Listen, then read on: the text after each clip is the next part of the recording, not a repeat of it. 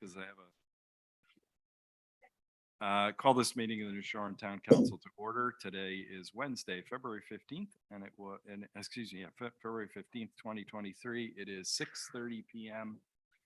The first item on our agenda is to discuss and act on Cultural Heritage Partners update on South Fork and Revolution Wind Farm. This item may be discussed in closed session pursuant to Rhode Island General Laws 42-46-5A2, sessions pertaining to collective bargaining or litigation, or work sessions pertaining to collective bargaining or litigation. John, you'll have to hear this twice, sorry, because we're about to kick you out, but you may or may not remember that a couple of years ago, we retained Cultural Heritage Partners because there are multiple offshore wind farms proposed for off Block Island, off Martha's Vineyard, off Nantucket, off the Cape, et cetera. And CHP's area of expertise is representing parties to those regulatory proceedings. Which and when we made that decision, Mary Ann, myself, and Tom Reesum were appointed to sort of interact regularly with cultural heritage partners. This is a briefing that we've scheduled for CHP to bring the town council up to speed that may well include regulatory and litigation strategy. While I'm not a fan of closed session generally, this is one where it has the potential to be we have the potential to be adverse to other parties, and we need to discuss that in closed session. So it'll be half an hour. Okay. Thank you. I'd like to make a motion that the council go into closed session. Second. Please. Yes, please. All those in Down favor, the foot, down the bottom. Aye. all those in favor indicate by saying aye. Aye. All right, we are now in closed session. With us tonight. Oh, right, we have to do the switcheroo.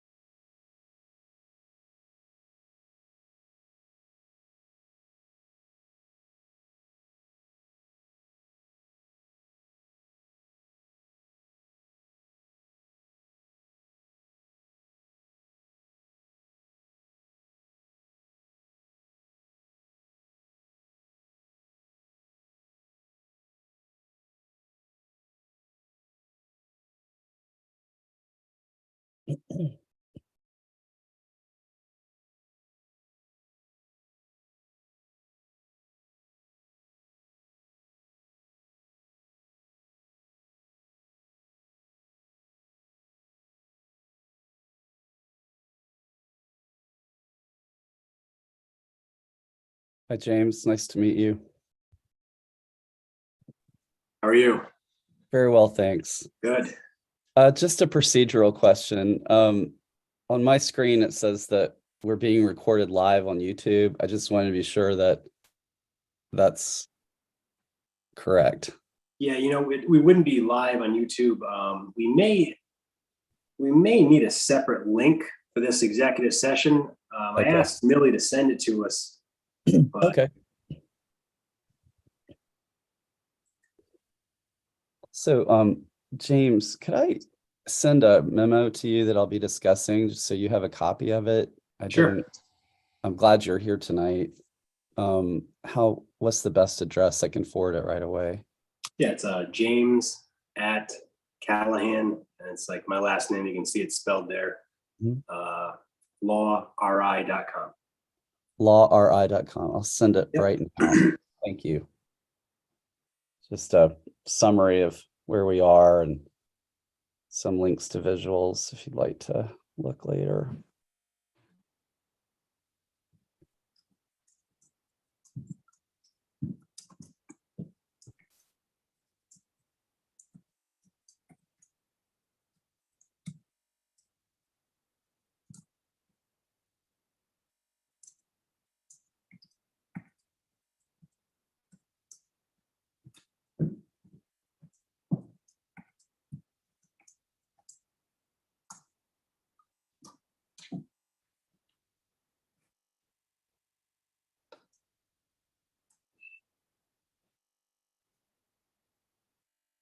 I just sent it to you.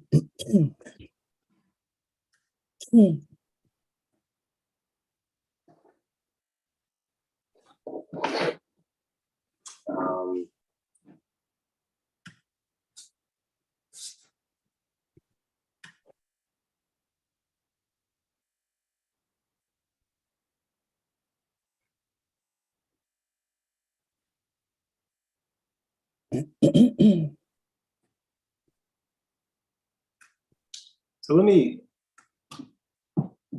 send you, Will. I think you received this. Did you use a link from February 8th? I to get may. this? I'm not sure. It was on my calendar, but I can check the other one. see. I did have 2 links on my calendar. Yeah, I think we have to go to the second one. Okay. I think it was sent on Oh, February yeah. 8th. It says executive session. Okay. Okay. I'll do Yeah, let's that. both log into that one. Okay. Right. Thanks.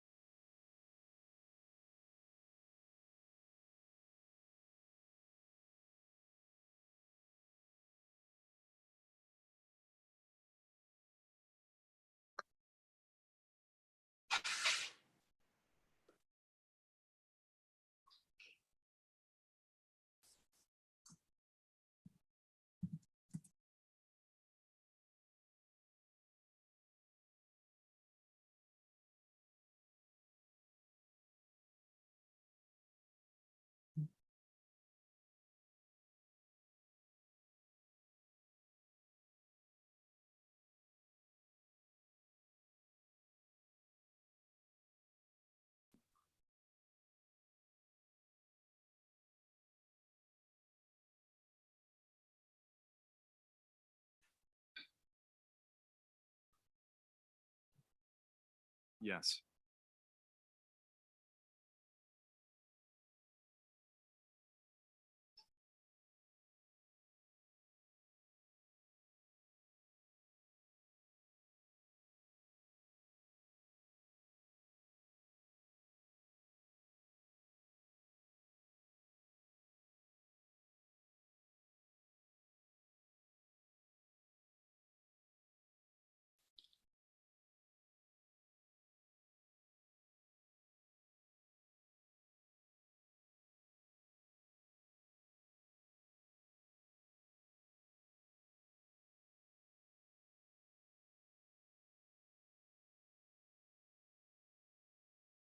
Closed session.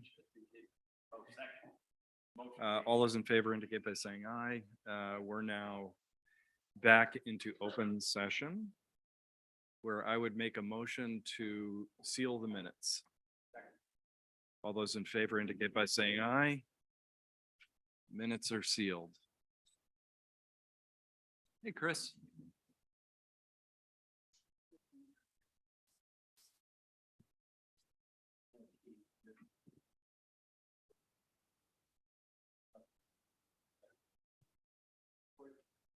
I'm gonna say the same things. Yes, I'm gonna say those things. Yeah. Just as I did when we went in. Yeah. Uh-oh, it's broadband night. Oh, no, no, technically, good. Nice. It'll come.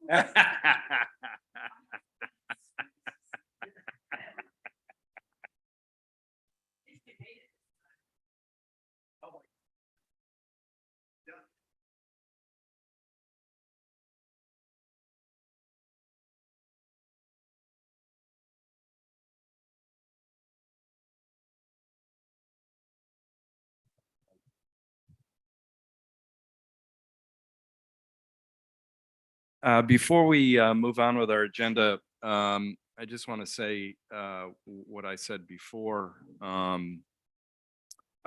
We went into closed session. As you know, there are three very large, what I would describe as very large commercial wind farms proposed off of Block Island. We, about 2 years ago, retained a law firm called Cultural Heritage Partners. We weren't the only ones. Southeast Lighthouse Foundation, Nantucket, some organizations on the Vineyard, some organizations in Newport. They're representing us through what is a very long regulatory process that may end up requiring adverse engagement, if you will. So I'm not a big fan of going into closed session except when it's absolutely essential. But this was a briefing from our lawyers that had to occur in closed session. I didn't want to just move on with the meeting without explaining to people that that's what it was about. I had someone ask me recently when I opened meetings to please say, for purposes of people on YouTube, who we have attending electronically via Zoom.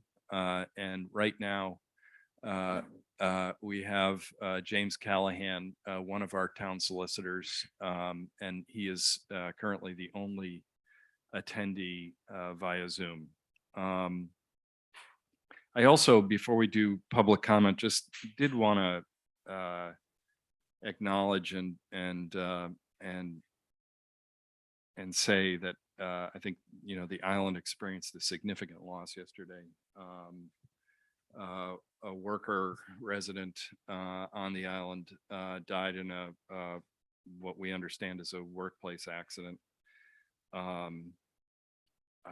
Obviously a tragic moment for his family. I often go to when these things happen to the EMTs, the firefighters, the police infrastructure, the Block Island health services infrastructure. These are things that really affect the community, and thought it would be appropriate to just sort of take a moment of silence and reflect on this tremendous loss.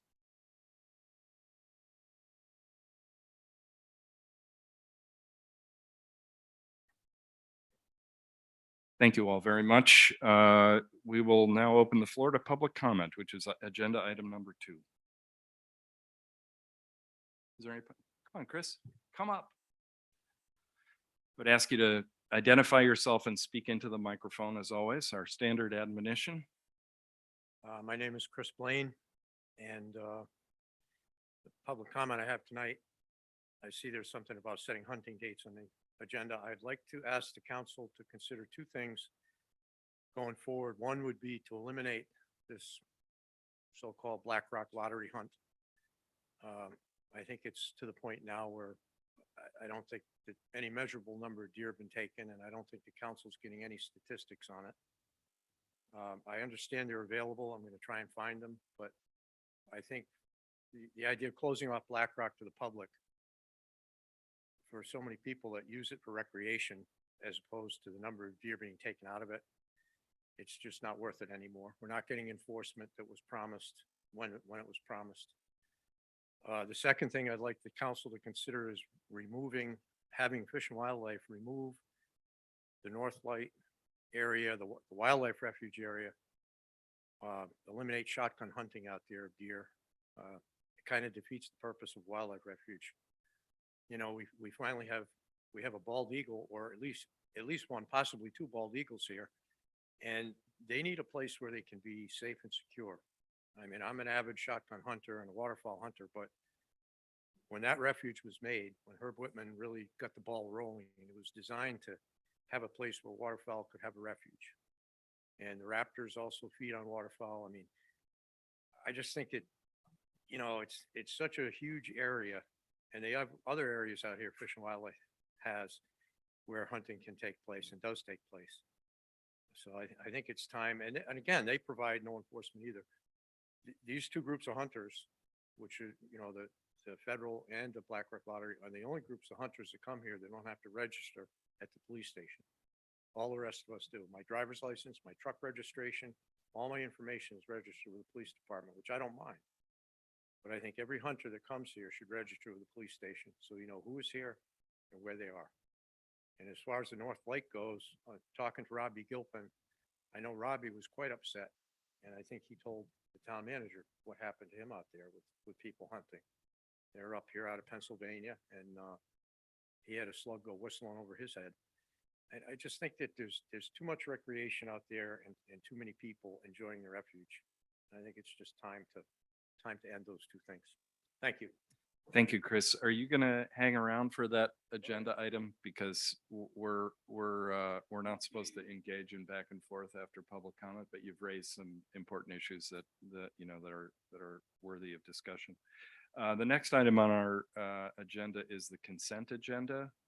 It's the minutes of the 26th, 27th, 1st, and 6th, as well as standard notice on Project Out the Neck, and Chris Warfel's communication regarding the proposed harbors facility. I should add, if you read the town manager's report this week, she reports that our harbor master, our fine harbor master, I might add, Kate McConville, is engaged in conversation with our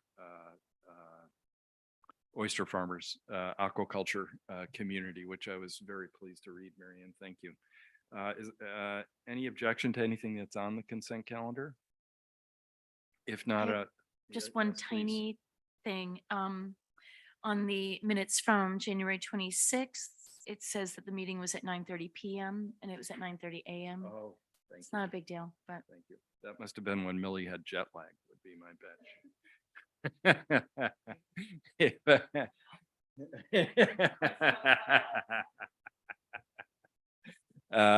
I would accept the motion to move the consent items on the consent calendar, please. Second. Okay, all those in favor indicate by saying aye. Opposed, no. Consent calendar is adopted. Next, we have to set a public hearing date for a proposed amendment to the New Shoreham zoning ordinance. This is an application made by Gary Pollard to section 111A, sub 15, general prohibitions, Old Harbor Zone permitted uses, New Harbor Commercial Zone permitted uses. Do we have a date for that? March 15th? You're gonna. So Millie, do we need a motion to do that? I would make a motion to schedule that public hearing for Gary Pollard's proposed change to the zoning reg on March 15th at 7 PM. All those in favor indicate by saying aye. Okay, that is scheduled. Next, we have on our agenda a discuss and act for a request that the Storm Tri-Sail Club has made for the use of the Overlook property for parking for the week of June 19th to June 23rd, 2023. I had a number of questions about this. Yes, please.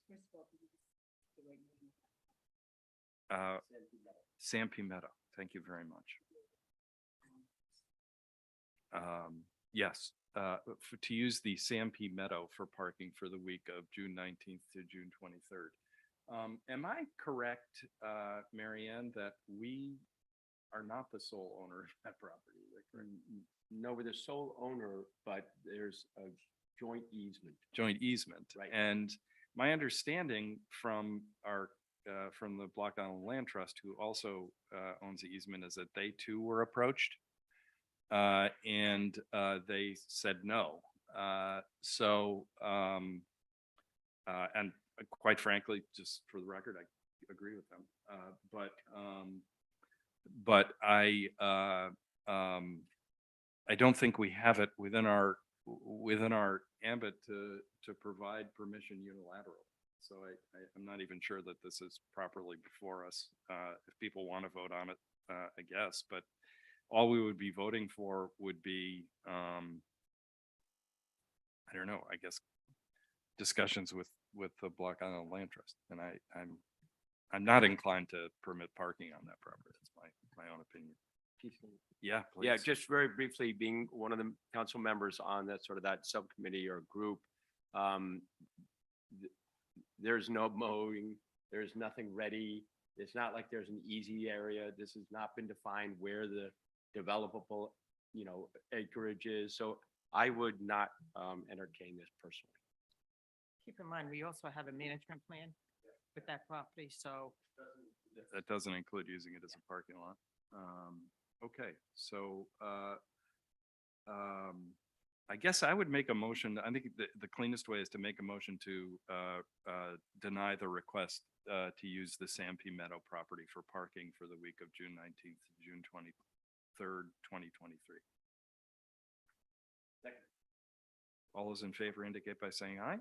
Well, Oh, can I sorry, just make a discussion. comment? Yes, that- please, sorry. So I Sorry. mean, I just want to acknowledge what a big boon to the Island Race Week is, Yes. right? But this just isn't the right place for parking.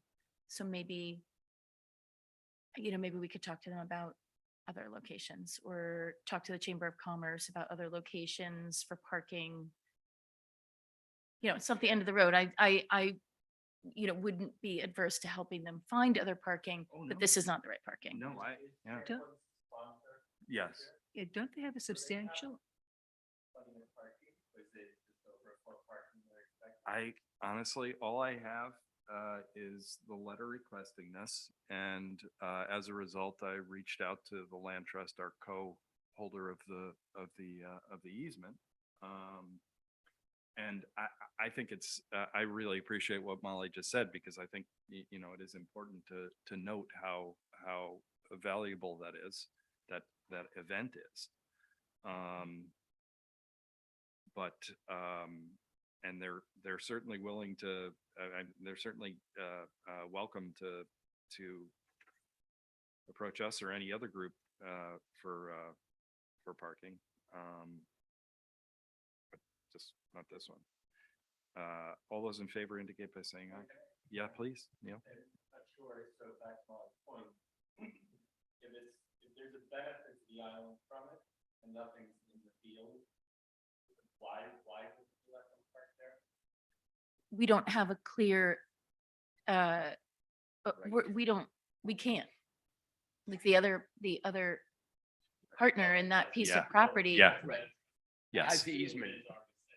Yeah. Which they have.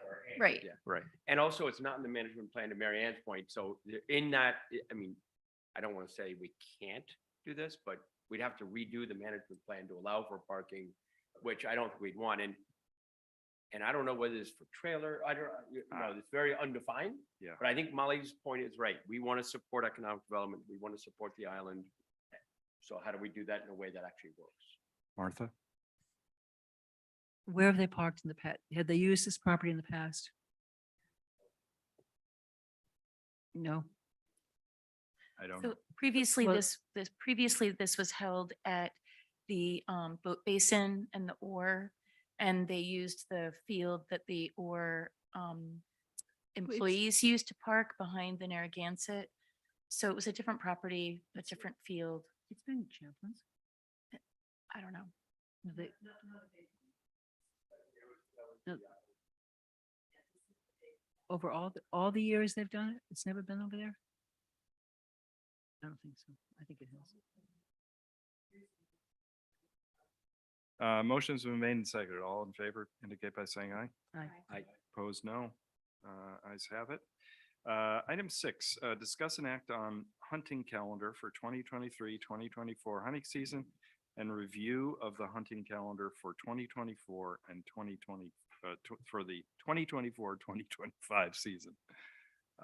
And I've done this at least twice now and still don't remember what is this something that we have to send to DEM? Millie, would you help me, please? Please, Millie. Yes, so you have to act on this at actually tonight's meeting, and we need to then forward it to DEM.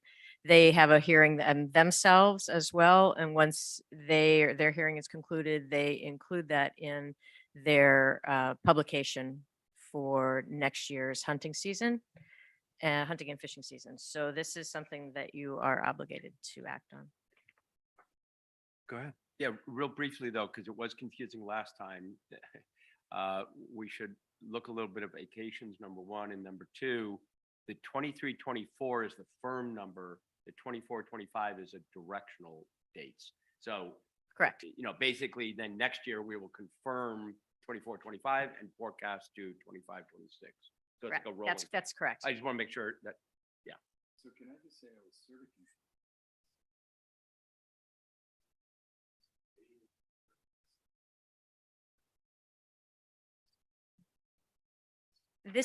This is a draft letter that I overwrote from last year's draft and did not finalize it with clarity as to the date or the signature line.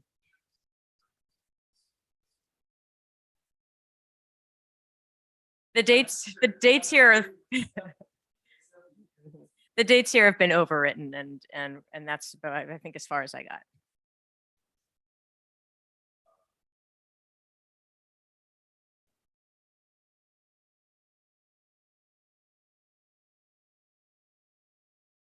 one question is, can we confirm school vacation? Because that was the big subject last year. Chris?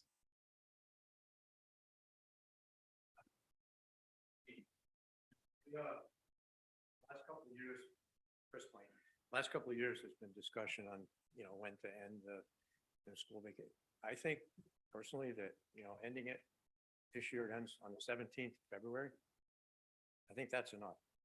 And I mean, I don't think I've ever seen a school vacation earlier than the 17th. It's usually in that last part of February.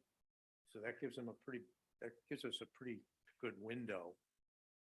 I mean, has anyone ever seen a school vacation before the 17th? All I know is last year we got into a little trouble because we did allow hunting and then we had to, we rescinded it and we came back. So I'm just So at I'm this, very aware of it. I mean, I'm a hunter, don't get me wrong, but I think, enough. I hear people in the community saying that, it's been going on since October. let's be over with it. I mean, running it till the end of February, the deer are pretty spooky right now, from my experience. They're not really, they're wise to what's going on. And I just think that for the general public and, end it on the 17th or whatever that week falls on this year, next year. So when I drafted this, we have 2 weeks blocked out at Christmas. And we are ending hunting on February 16th. That's leaving the last 2 weeks of February for school break. And I think that's a good idea. Okay, great. The only other change I would like to see made to that calendar, and I know it's going to be surprising, but I would like to see the last Pheasant Day removed because there are 2 proposed in there that are in January. And I think from experience and from watching this, I think 5 pheasant days is enough. We've got a really healthy pheasant population. Everybody says so. Everybody's seeing it. But in the past, when the pheasant days were increased, then things started going downhill in the pheasant population. And I just think that So you think we should remove January 17th, 2024 from the pheasant hunt? that's what I'm asking because Mhm. that day, if you read the way that letter is written, that day, that last pheasant day, which would be January 3rd, would be running concurrent with deer, which is still, Right. a little dicey. But I think 5 pheasant days are enough. And I would just ask the council to stick with 5 for now. It was only 4 when I first started, and we had to wait 20 years to get that changed, but I think we might have gone too far. Okay. Wait, Chris, before you go away, Yeah, can I Go away. ask you a question? Yes. You're the only person in the room who can answer this. So, where is pheasant hunting allowed in the same locations as deer hunting? Where is pheasant hunting allowed? Depends on, the town land is open to, some of the private land overlaps, pheasant hunting and deer hunting.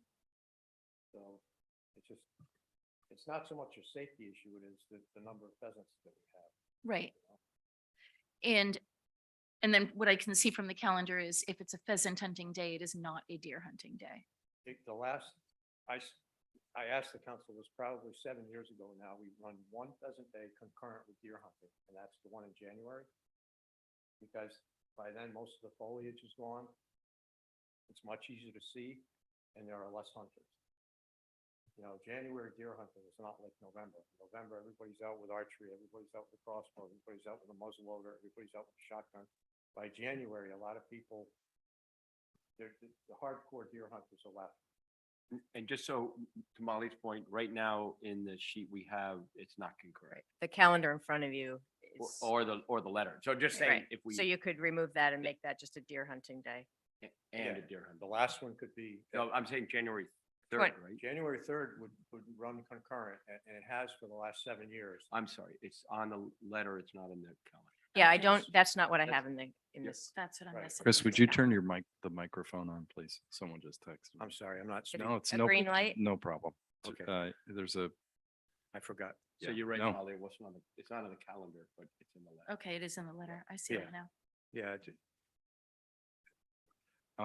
I just want to point out and pay heed to what you're saying about particular locations. This is not the meeting where we set that, right? We're just talking dates, not locations. Locations are set, Right. locations are set by the hunters and property owner permission and the police department. You don't have any effect on that. we're good with that. Okay, This is great. just dates. Well, I thought you had I was just raised that and I curious. wanted to make sure that we were paying attention to that concern. Is that okay? Yeah. So Thank I you. was only asking because I was curious. No, totally. No, then, I'm an open book on this. well, stuff. the deer, you have to have permission. I think you're supposed to have permission from the landowner for either. Under state law, you have to have it for deer, but I thought we added pheasant a long time ago. And if we didn't, if you don't want people hunting on your land, you can tell them to leave and they have to leave. My understanding is for pheasant, you have to have permission That's what, from the landowner. I don't know if that fell out of the regs at any point. It was in Chris? there.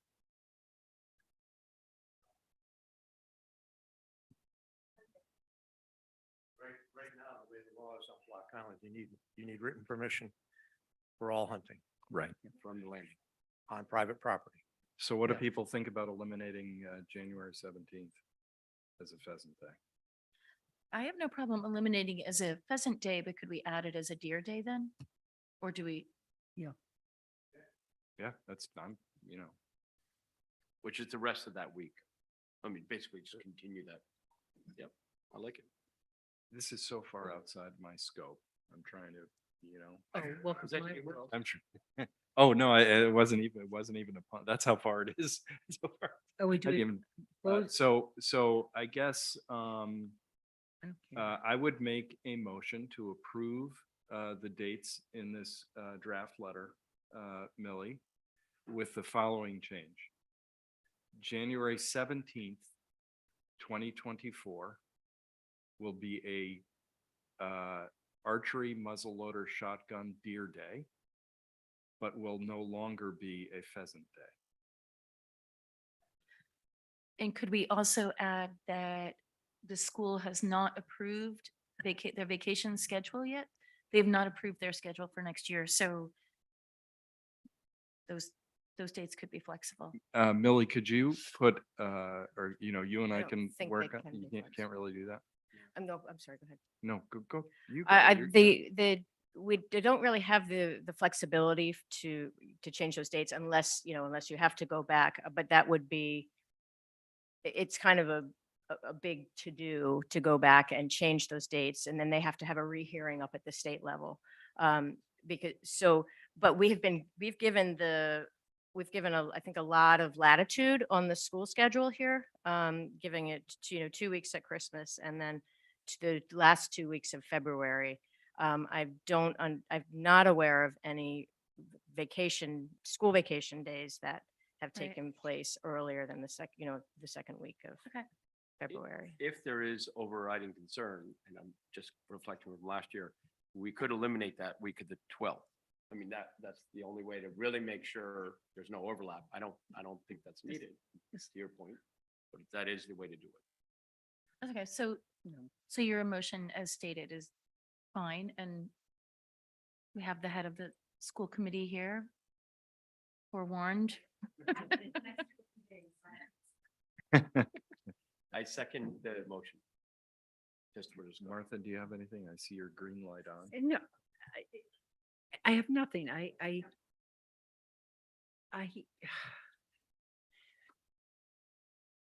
just can't believe we have to waste time on this every year. That's all.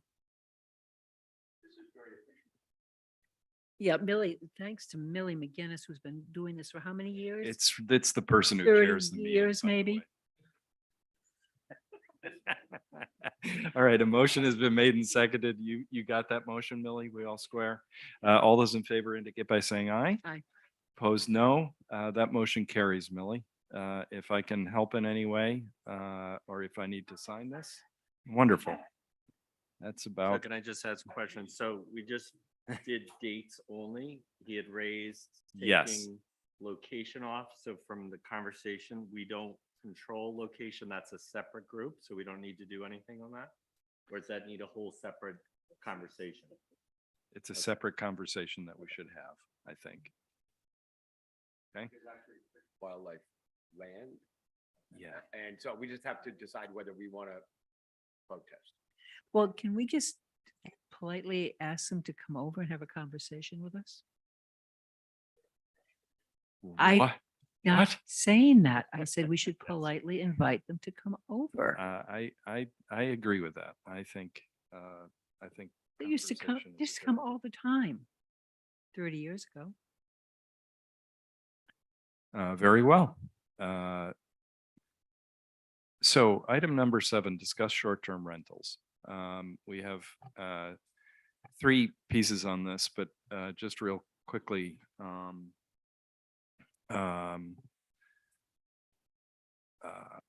Molly and I have noticed, and I'm sure others have, that there are a lot of towns that are focused on short-term rentals. I think our prevailing philosophy is quite different from other towns that have considered whether it's licensing or what have you, because we embrace the rental market, and it's an essential part of our economy and the economy of homeowners.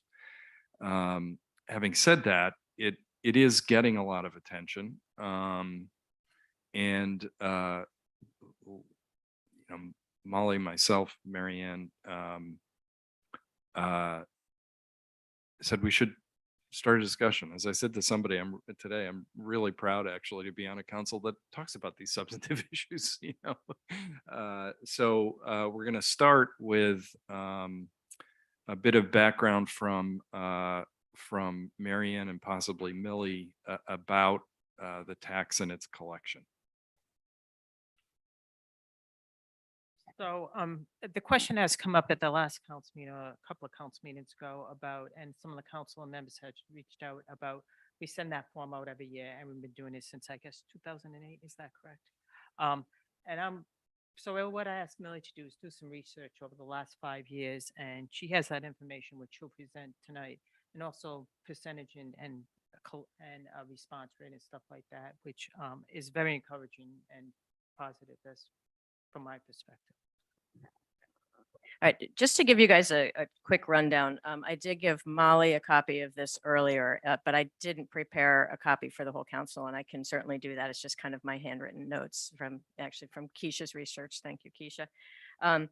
So over the past 5 years, we have right now, or this past year, we have properties amounting to 1,432 houses or homes. Really over the past 5 years, at one point we had 1,300 to start. And so we're now up to 1,432. That number has fluctuated a little bit, not that we've had 132 new homes. It's just that it's been a growing work in progress. We've noticed that there were some holes or some glitches. Fortunately, we have a new access program to track this now that we just implemented last year. That's working, wonderfully, and we're very excited about it. We had been using just a spreadsheet, and that was a little glitchy for us. So, from 5 years ago, the totals collected or generated, we still had $110,000 about, and now this past year, we're still in a collection year right now for 2022. So the totals for 2021 amounted to 167,000. So we've certainly seen a big increase on these numbers and on the collection rate. The numbers of homes that rent, seems like the average is about 430, 406 actually from the last reporting year, but it seems like there's about a 430 homeowners that remit a check to us for rentals. Based on the, just a back of the envelope, it seems like we have about a 17% non-responder rate. I want to make it clear that's a non-responder rate, not necessarily a non-remittance. I know that we do have some people who are aggravated with our annual solicitation when they say we know that they live here year round. So some people do have chosen to. That's correct as well. Yes. Yes. And we won't be speaking of who that might be, but.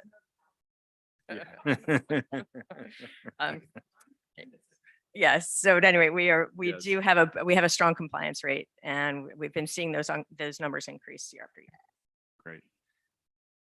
Go ahead. Millie, I'm sorry, the 1,432 were homes on the island total? That's the number. Yeah. That's the number of, properties, homes. Properties Yep, with the house.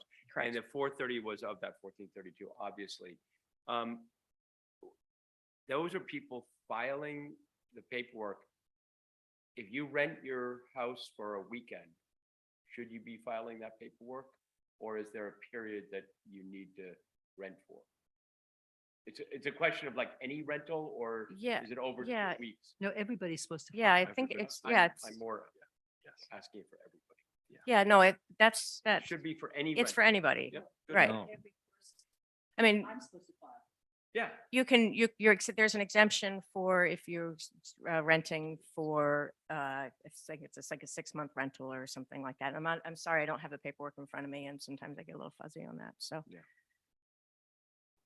thank you. Yeah, I think there's exemption on both ends. If it's less than 2 weeks or more than a certain amount of time, right? No? Oh, I'm sorry. Okay. It's just any rent. Oh, that's an old thing. God, am I actually? Great. Okay, sorry. Oh, that's what it is. Yes. That's what it is. Sorry. Sorry. That's why they're knocking on your door. That's it. Great. Thank you. So can I'm just curious about one part of this, which is basically people send in that, that sheet with a check saying, I rented for 8 weeks and the gross revenue was X times 1% and here's. right, they file the coupon, basically just ask what your gross rent is, and then what's the 1% of that, and your check should be matching what that 1% is. Great. It's on the form. Terrific. I think, you have any questions, Molly? On this piece? Anybody have any questions for Millie before we move on to B? Hey, James. Hi.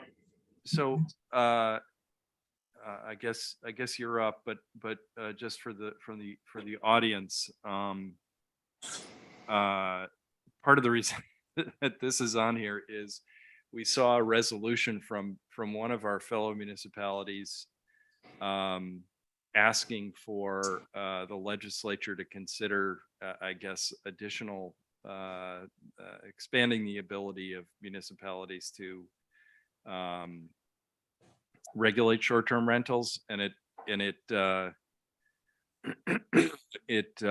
catalyzed in my mind a question around what municipalities in fact can do in this area. So we were asking you to offer some background on that, if you don't mind. Sure. I can go through a couple of different towns nearby, what they have in place and what they're considering. For example, North Kingstown, they're considering a short-term rental registry with development standards for a permitting process. Obviously, there's already a registry with the state, but this is a little more detailed for the town itself. And they're also considering special use permits.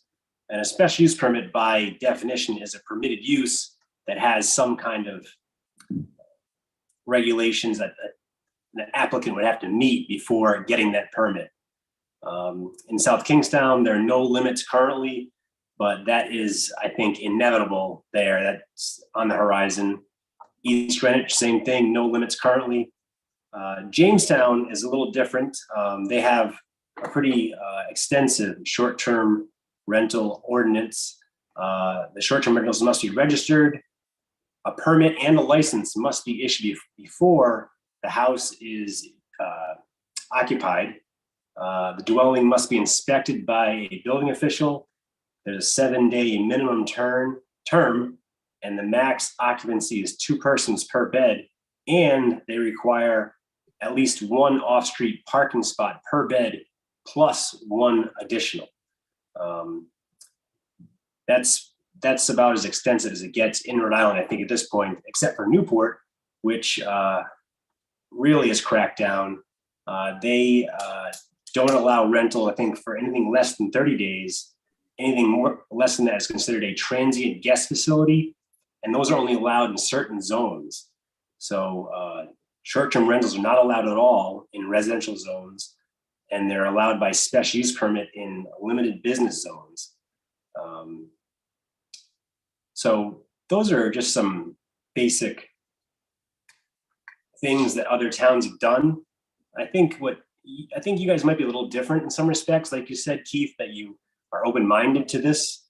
And again, Narragansett too is considering a variety of the same type of things. They've not enacted anything yet, but that's definitely on the horizon as well. But like I said, Black Island's different in that you welcome renters in some respects, but I'm not sure what you're looking to do. Are you looking to regulate the short-term rentals or restrict them? Are you looking to track them more? Or are you looking to raise some fees or funds through licensing? Or my question basically is, what do you think your council wants to address through this type of ordinance? So I think the two biggest things in the conversations that we've had would be affordable housing, in the sense that the affordable, the tax that Millie just discussed, the 1%. So right now we have no idea, no real idea how many houses are renting on the island. So Millie has, let's see, the town, not Millie, but the town had 406 respondents.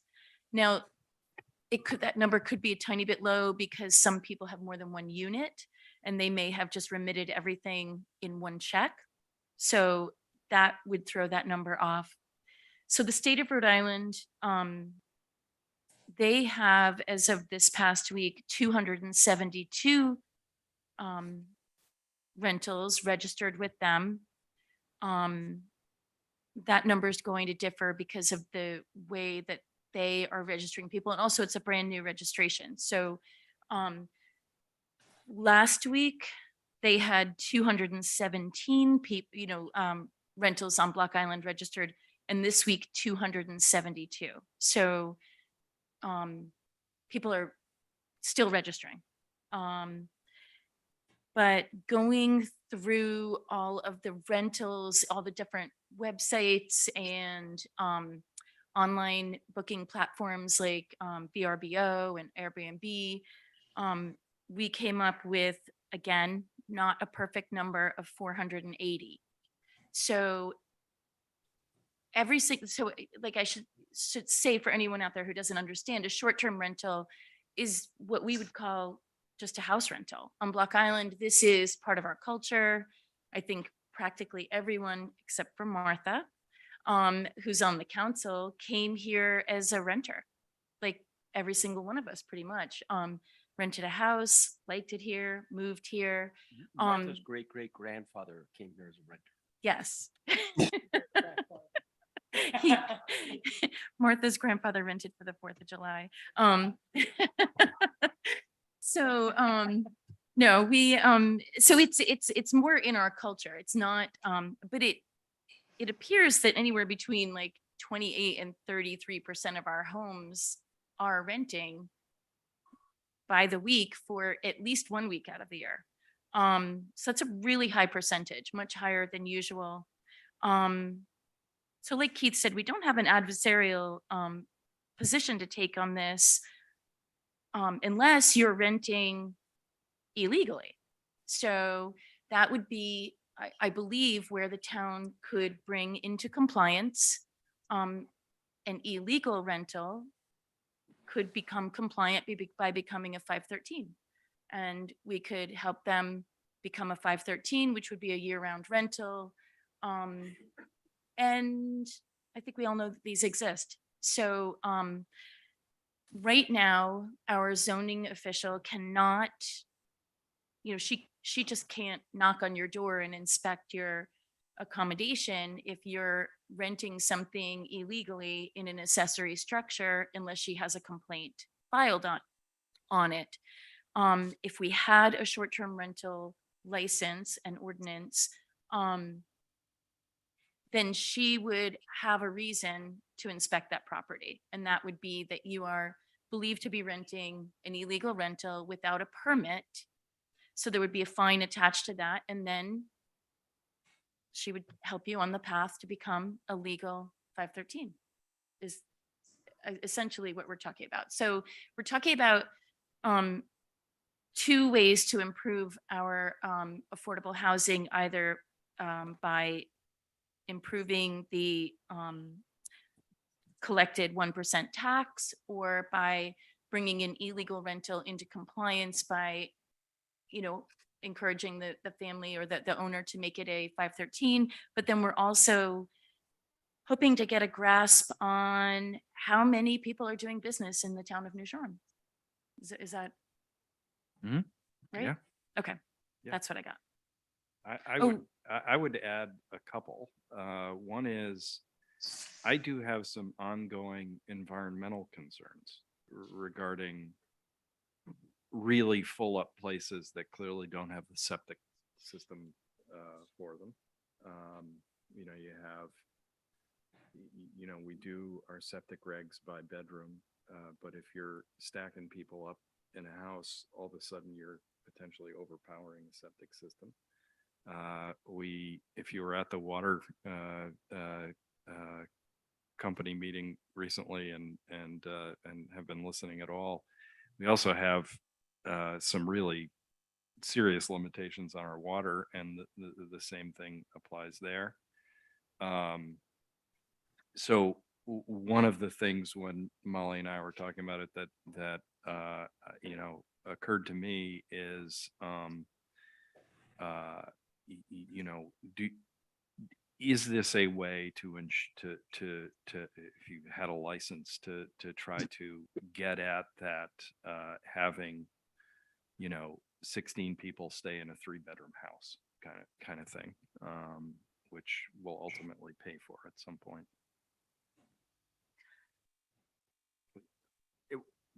Since you're adding things?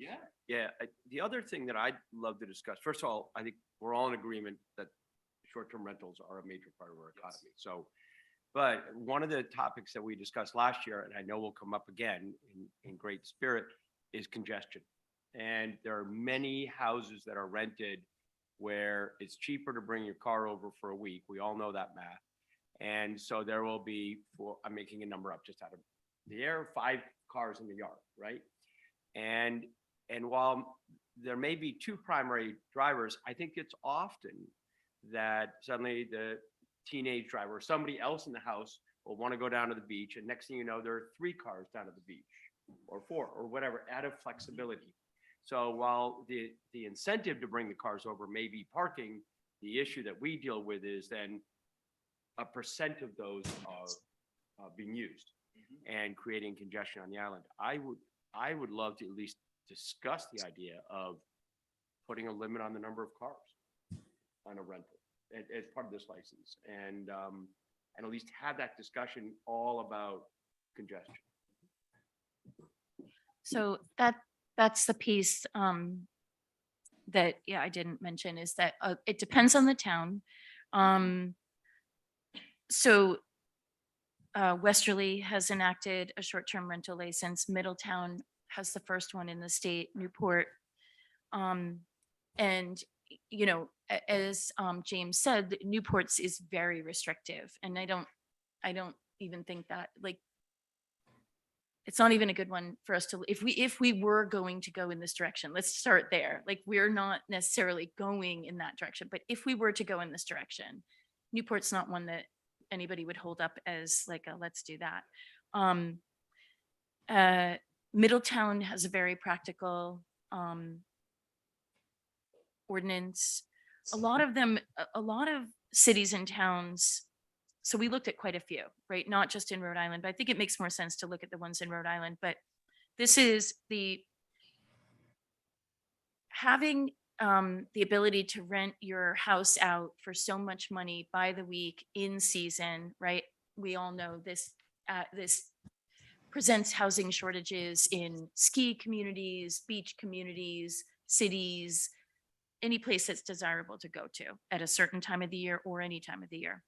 And so that's what they're addressing. And I don't think we're looking at that.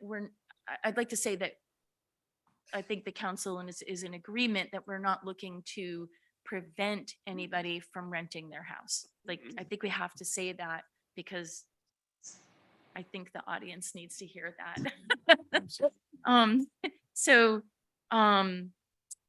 I think that's an important thing to get out there. Like Sven said, there's quite a few communities that regulate parking.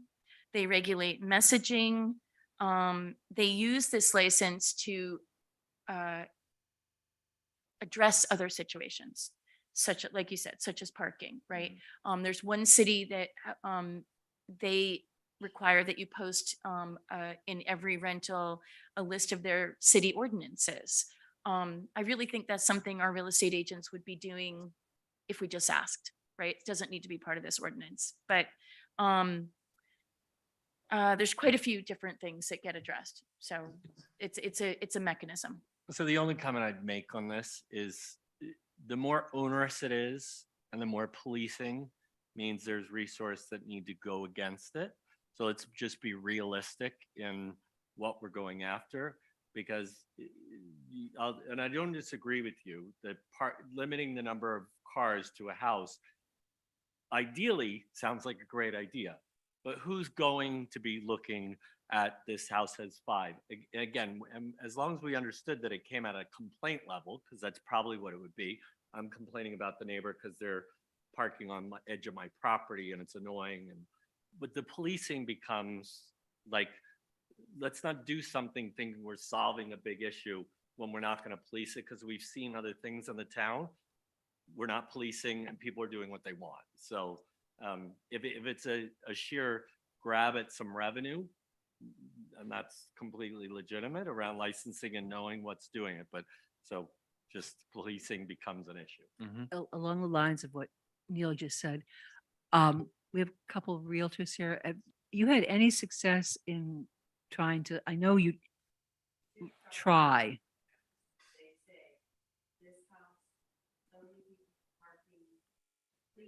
Oh, Co- Mary, Mary, come up I'm and use the sorry. mic so people can hear you, please. Thank you. And just identify yourself, you know. Mary Stover. Our contracts for years have said, please limit the number of cars you bring. One parking, when it's a one parking spot for 2 people. Most houses, we put 2 cars can park there. We have a few houses that rent for 14, we'll say 2 to 3, but we put in parentheses on every contract, please try to limit to 2 cars at max. Yeah.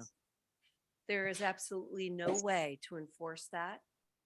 And once in a while, we have people who call who are very conscientious and say, oh, well, my sister's coming from Tuesday to Thursday and she has twin babies.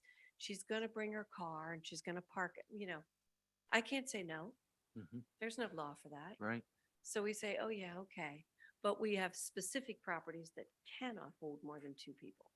So that's obvious. It says right on it, definitely only parking for 2. Right. So if it's a problem and we hear about it, they're sanctioned. Mhm. Yeah. Gotcha. So we've been doing it for years, but there's no way to control it. because I think you've probably got the bigger hammer than anybody. Yeah, but you know, And I know you're not- Nancy, we're driving around looking at 55 houses I and know. count the cars. I know Nobody, you, half the time they don't check in, so they just go to the house. I know you're not the only ones that have the problem, but since you were here, That's So really- I think the other thing that needs to be said too is that the reason that Block Island does not have the adversarial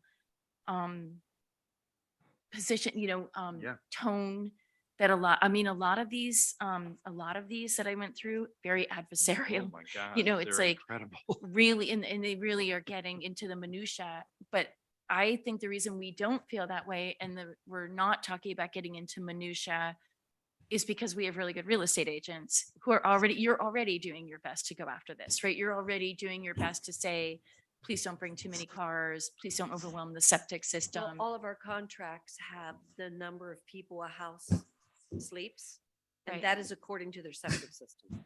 Right. But it's not so controlled if you have town sewer. But what controls the town sewer and town water is the bill the homeowner's getting.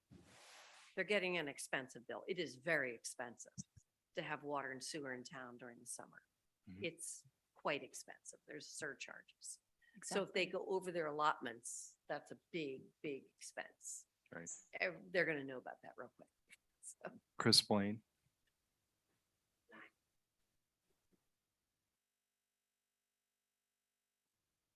We're not going to be permitting deer in rental Oh, houses. Hi, Chris Blaine.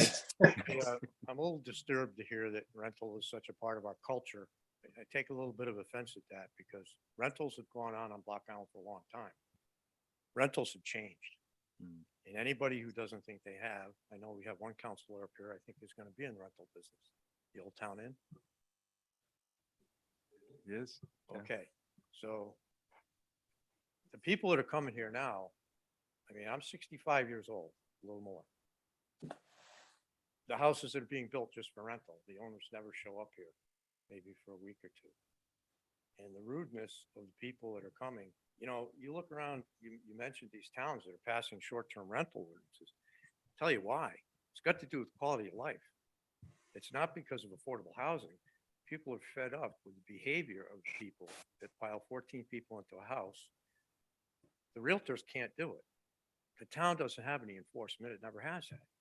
If there are 6 cars and there's a nice beach and there's 8 cars and there's country, you call the realtor, they're stretched thin on a weekend, just trying to get people checked in and get them off. Mhm. I'm not saying anything bad. This is about quality of life. And when you live in a residential A zone, you don't expect to have 25 cars in and out the road during the day, because it's not just the renters. It's the house checker, it's the realtor, it's the house cleaner, it's the gas delivery, it's God knows what all else, the babysitter, you name it. 25 trips a day to a house. Try and have some peace and quiet outside. And it's not just me, it's a lot of other people. So I think a lot of this, the council should take a deep breath and think about quality of life. Okay, it's a part of the culture. Well, you know what? So are mopeds, if you want to go that route, but you have to learn, there have to be some controls put in place. And I'm not sure how you do it, but I think you need to have a conversation about at what point you can't get a reservation on the boat. Why is that? It's not because of the day trippers. It's because of the people that want to bring 4 or 5 cars to a house. So I don't know what the answer is, but I think that to say this is about affordable housing, I think you need to look at quality of life. And I think you need to get a lot of people involved in that conversation, because I, for one, I can see the change. It's not the realtor's fault. The people that are coming here are different. They're a lot more demanding. I mean, talk to a realtor. Talk to people that have gotten out of the rental business, that were in it before, because they've just had enough. And I think it's time to have a conversation about what it means. I think there's probably more than 400 houses being rented out here. 400 houses. That's just my opinion. Molly? So I agree with you. And I'm one of the culprits, driving up and down your driveway, right behind the cleaners. So I'll own that. And that is, when you read articles about this, that is what a lot of towns are saying. So affordable housing is one reason to do this. But certainly quality of life. The way that most towns are doing this, because as Millie would quickly say, we don't have staff to do this. When I talked to the guy at Department of Business Regulations, he made it pretty clear that they don't have staff to do this. And they didn't add any staff either. So he said it was a big deal to get it up and running, but now that it's up and running, everybody registers online. I think you guys have probably looked at this, right?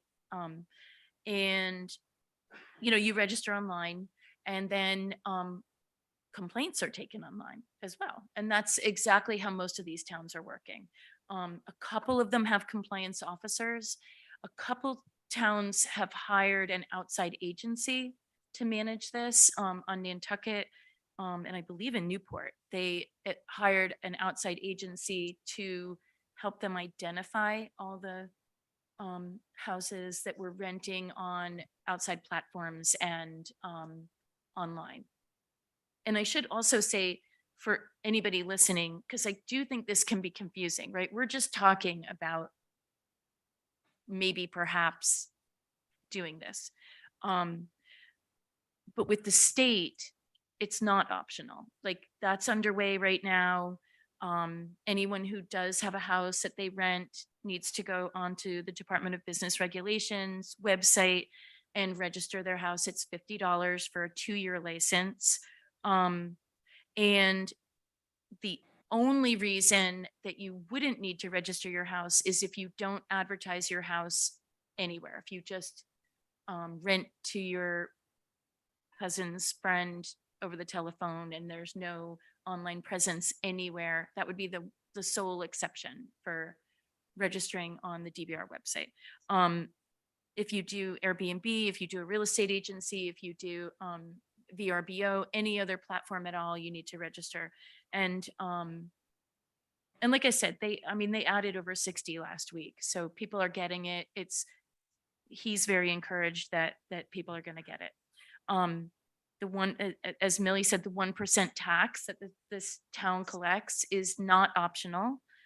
It's not, it's not voluntary. It's not like the checkout at, Job Lot where you give $1 to the Jimmy Fund if you want to. It's mandatory. You have to give 1% of what you collected.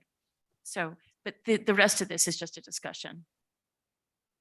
And an important one.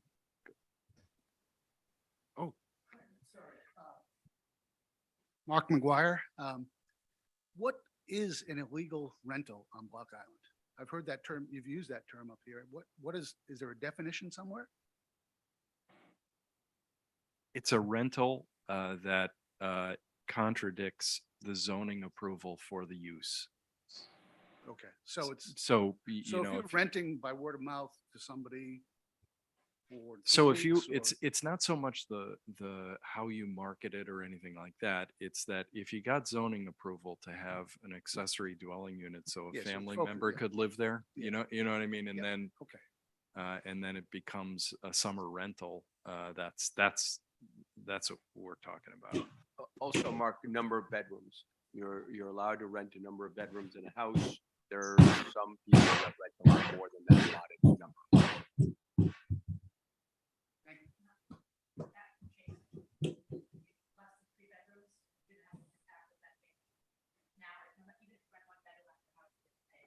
I Yeah, thi- you do, but I'm just saying on a legal side. I think Sven, I don't want to speak for you, but I think Block Island actually has an ordinance that permits homeowners to rent up to 2 bedrooms. Yes. Yeah, I assume. Yeah, that was what. Yeah. So, Two, yeah, just two- bedrooms. Yeah, just Right. bedrooms. and Yeah. that's yeah. 2 bedrooms within your main house. So it's not 2 bedrooms in your accessory structure. It's, right. And first of all, I think this is a really good discussion. And, we spent a long time in Charleston, South Carolina, which is 30-day rentals. And like Newport, that's very concentrated. And it was a lot around congestion and turnovers. And so they've changed their whole strategy down there. I do hear Neil, and we all understand the issues of enforcement. But given that congestion is such an issue, we've talked about it, way of life, culture, etc. I'd love to, if we're going to go somewhere with this, I'd love to at least continue that discussion. And I understand the difficulty. I understand that, but that allows then, in theory, for somebody to call up zoning official and say, hey, there are 6 cars, you are only allowing 4. Can you do something? And so at least that's a discussion. I'm not proposing it, but I think that addresses a big island issue that we hear about in about 30 days for the next 6 months. Right. I would be interested if we're going to move forward with this discussion. I think it would be really interesting, really necessary to hear what the real estate agents think about. This, because it's not anything right now, right? It's an idea, No, it's but it not. would be each house registering, right? So not, the agent doesn't do anything, but it would be each homeowner needing to register with the town just as they do with the state, or will be doing with the state if they haven't yet, right? So, but it's a bigger discussion. It's a bigger discussion than like what I've looked up or what articles Keith has read.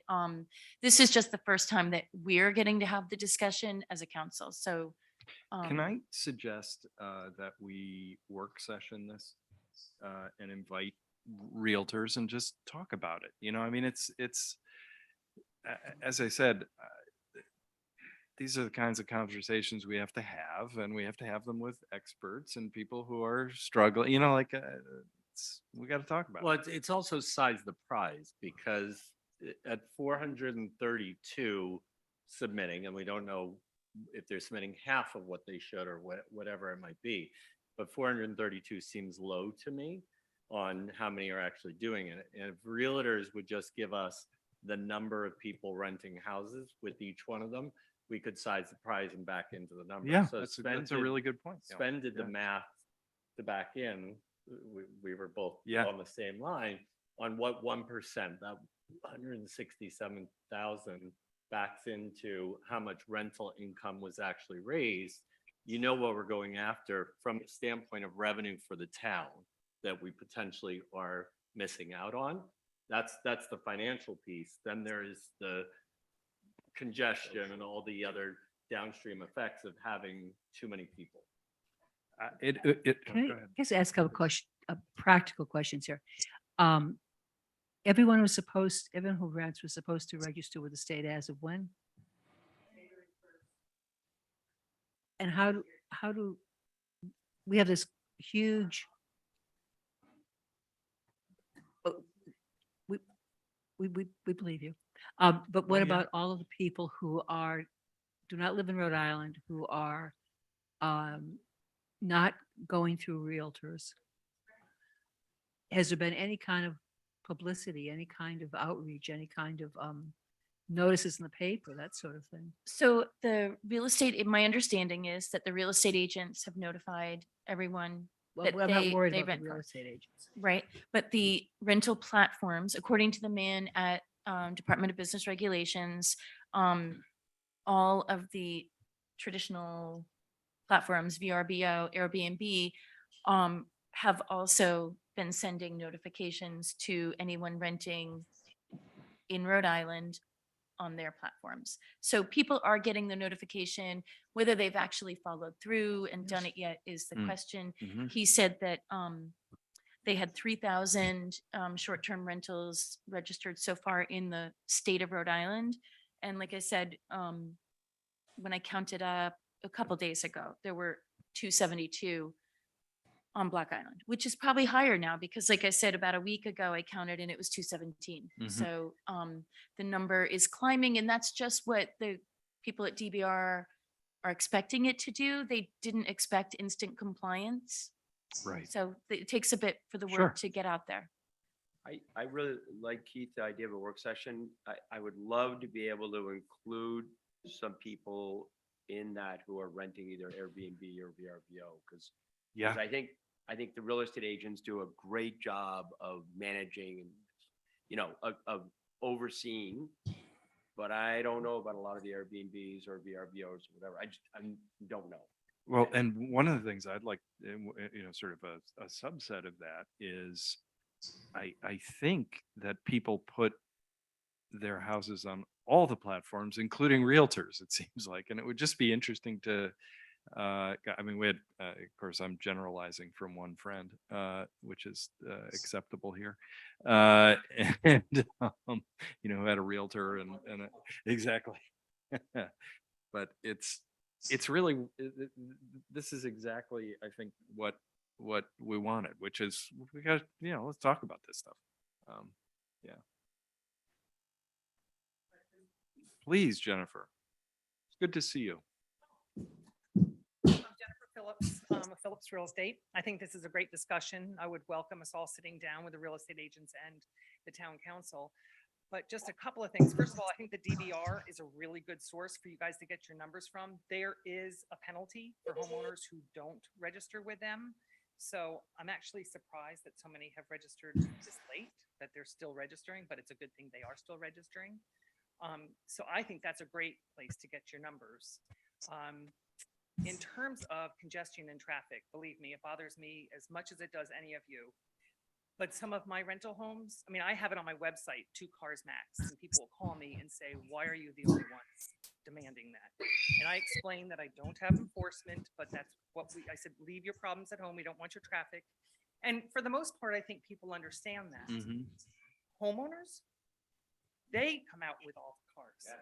It's Yeah, not yeah. all tenants. Yeah. Tenants are respectful.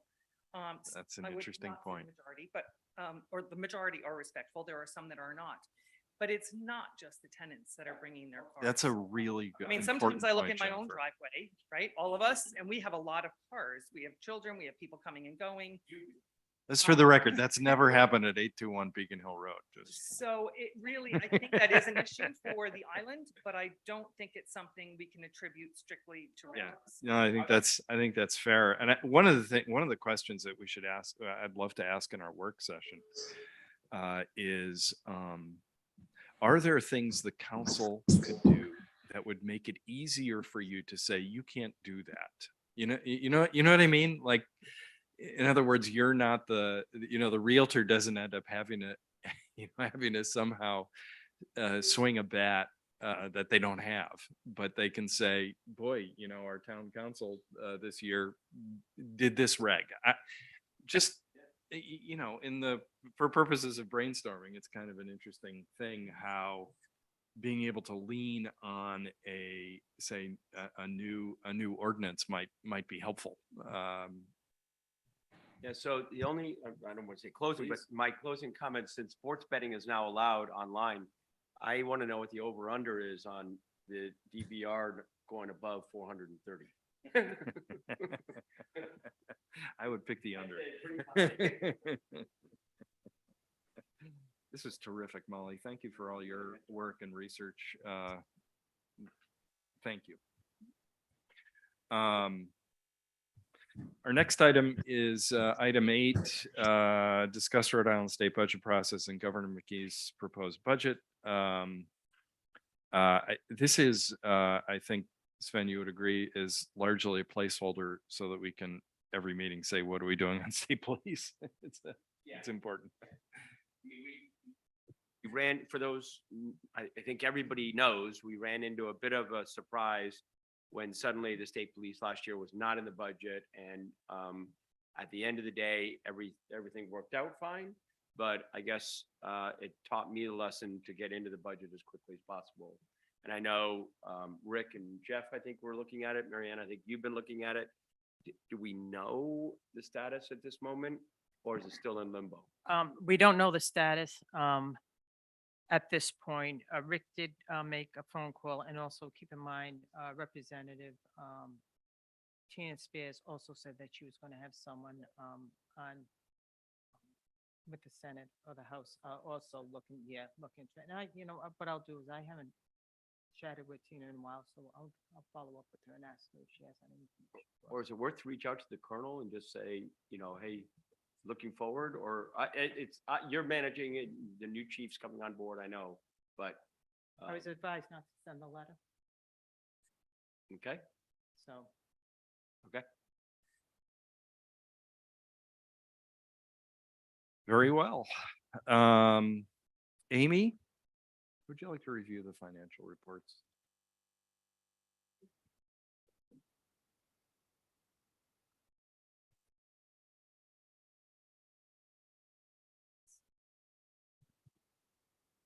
And I won't go into tons of detail since we've already had a longish evening. But in general, revenues are holding essentially where we want them to be. Expenditures are right on target. There are a few areas where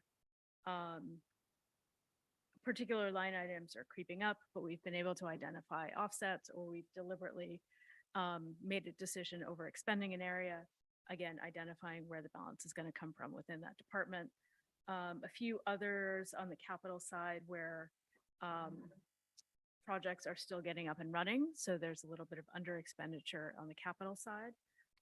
But in general, things are shaping up fairly well.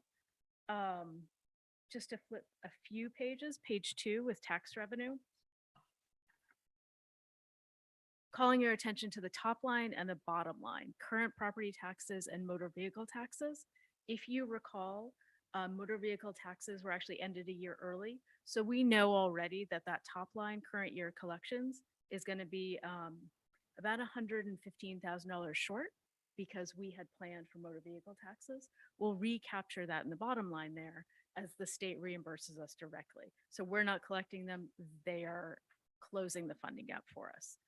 But so as we get to the end of the year and those current year collections Sure. are lagging, we know that we're okay with that. We know where the Right. dollars are coming from. Right. But that's starting to show up as a divergence. Great. Page 3. The 3 lines we look at most here are recording fees, which are lagging a little bit. Other clerks' fees, again, a little bit slow. And then building permits, which are actually in great shape and we have a little bit of wiggle room with. So again, just watching those recording fees and clerk fees, so much of that is driven by real estate transactions Right. that there's not much to control there. We're just keeping an eye on it. Do you know whether building permit fees are set or capped by state statute? Yes, and I believe we are following the state's guidelines for great. building permit fees. I just get that question a lot, so I thought I'd ask. I know. Tried before. I know. I know. It doesn't mean you can't continue to ask because I continue We to were get the not question. always aligned with the state, Right. but we are now. Yes. So. Yes. Not too much on other town fees and income, but state aid, which is page 6, in terms of revenue, some interesting things happening there in the hotel, cottage, and meals taxes. We're actually projecting to be a little bit under, about 90,000 under on the hotel and cottage taxes. That was a really big number when we were putting this budget together. Right. We followed the state's guidance on what they were projecting. Sometimes I make our own numbers, sometimes we follow theirs. Yes. Yeah, it depends on the year. So based on where we are today, we think we'll be about 90,000 under, but you can see the meals The meals taxes taxes, through yeah. January, we're already at 96%. Right now, we're projecting to be about 150 over. Right. So net to the positive between the two of them, Right. but it'll be interesting to see what that dynamic between the two looks like. Yeah, it'll also be interesting to see what the state projects for next fiscal year when you're going, when you're putting. your The budget numbers for together next to year are see. pretty similar to this year. They Interesting. haven't made adjustments yet Gotcha. based on Yeah. the reality. Interesting. But I am surprised by the cottage only because the room rates as a general statement continue to go up at sort of crazy levels. And I'll They- let I'm hearing they're all full. Jess jump in if she wants. The one thing that I have observed is if you think back to last winter and the huge number of workers that we had Yeah. for different special projects, I don't think we're quite as full in that way this year. So it's more Yes. the year. So more the off-season Oh, hotel, Thank you. but is there anything you'd add? No. Okay. I mean, I know some of those have rented houses. Yes.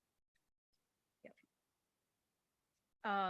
And then on the expenditure side, I think just one page that I'd have you look at, which is administration, page 9. Again, nothing particularly worrisome, but trends that are creeping up. We're identifying the offsets, and that's going to be insurance, which is your second line to the bottom. We had increased the budget fairly substantially for Yeah. fiscal year 23. We're still tracking above that when you include deductibles and other expenses. So that will be, I think, another big jump as we put together the 24 budget. And then the two legal lines, which are sort of in the top third of the page. You can see at 83% and 69% of the annual budgets, not surprising to anyone who's been in the room. Yeah. But something that we need to accommodate next year and make some room for as we get through June 30th of this year. James, you hear that? Notice I didn't say send them home, just we need to accommodate. Did anyone have other questions or things that caught their attention? Bye-bye.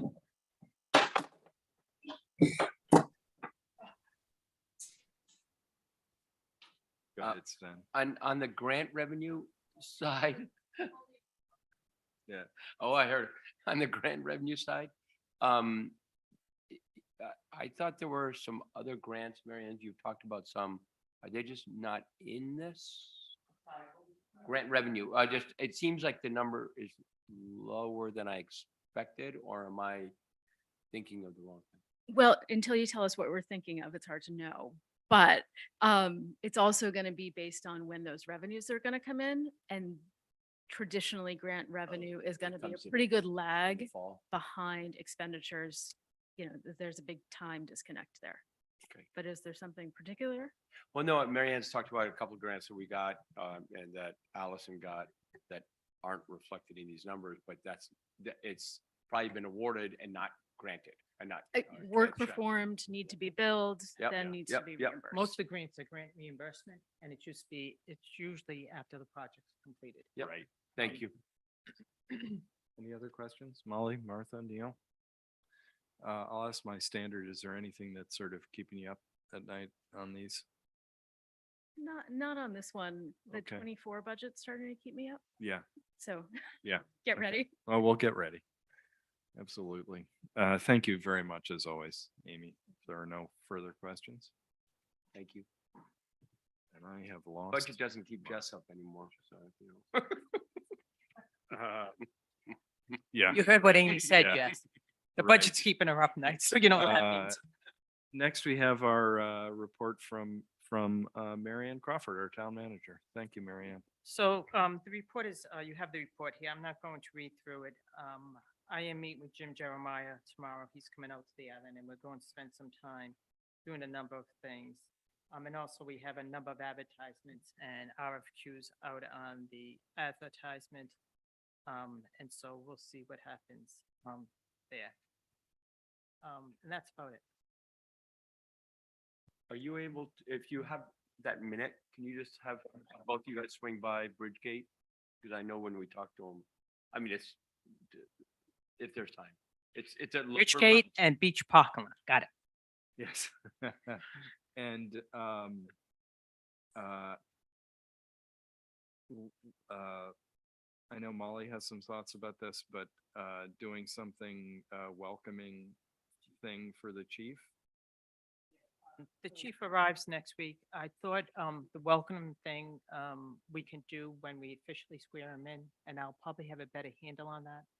He had some work he was finishing today. Today's the 15th. So when he comes out here, I'll have a better idea as to where he stands as getting officially certified. And when Sure. he's officially Terrific. certified, we can. swear Then you him can as the chief. be sworn in. Gotcha. Fantastic. An update on the island-wide broadband project. Fantastic.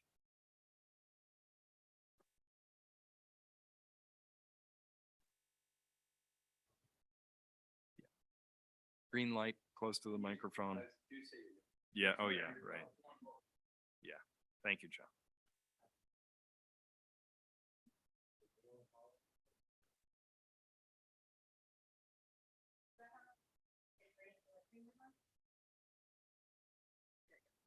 How's that? Now on? What's that? Okay. So I don't know how far back in history we want to go with the broadband update, but starting from scratch a couple years ago, we are now at the point that we'll call it the network construction is complete. So all the digging that's been going on and all the aerial work, that is complete. And when I mean complete, it is on the poles, it is spliced, which is a key component of fiber, Mhm. and it is tested. So it is 100% complete. Great. It's good to go. Yeah. Which is great. The next step beyond that is your drops that you'll see from the poles to the homes. And that is ongoing. Everybody that has registered to date. I think we didn't do the numbers this week, Amy, but a few hundred left, I think, at this point. Yeah. I'm sorry to interrupt, but I was just curious, are you doing drops by zone as well? No, Okay, no, all the way through. Whoever's registered is getting the drops. gotcha. Okay. I wasn't sure whether, Yeah. you know, you were. No, we're Doing doing, that way. that's Gotcha. kind of prep work, if you will, for people that are going to Right, be ready to right. go. Yeah. So that is ongoing work. The other piece that we talk about is the central office in behind the police station. And so lots of equipment has been going on in there, obviously work with Ocean and their equipment that goes in there. And again, that is complete. And that has also been tested.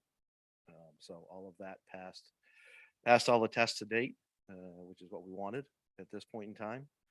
The next step for this is, we talk about preparation of the network operations, and this is the stuff that nobody sees, but takes a lot of time. And so that is a lot of work on I'll say the data of lining up addresses and fire numbers and how does that work? Because you just talked about rentals, where is that property, right? So when you can actually do the install, where is it going to go? So a lot of work being done on that on the backside, as well as the communication. You have two different primary contractors, right? Your operator construction and operator is Surtex, and your service provider is Crocker Communications. And so they have different systems. So there's obviously some manual process that goes on and system process. And so a lot of work finalizing on that.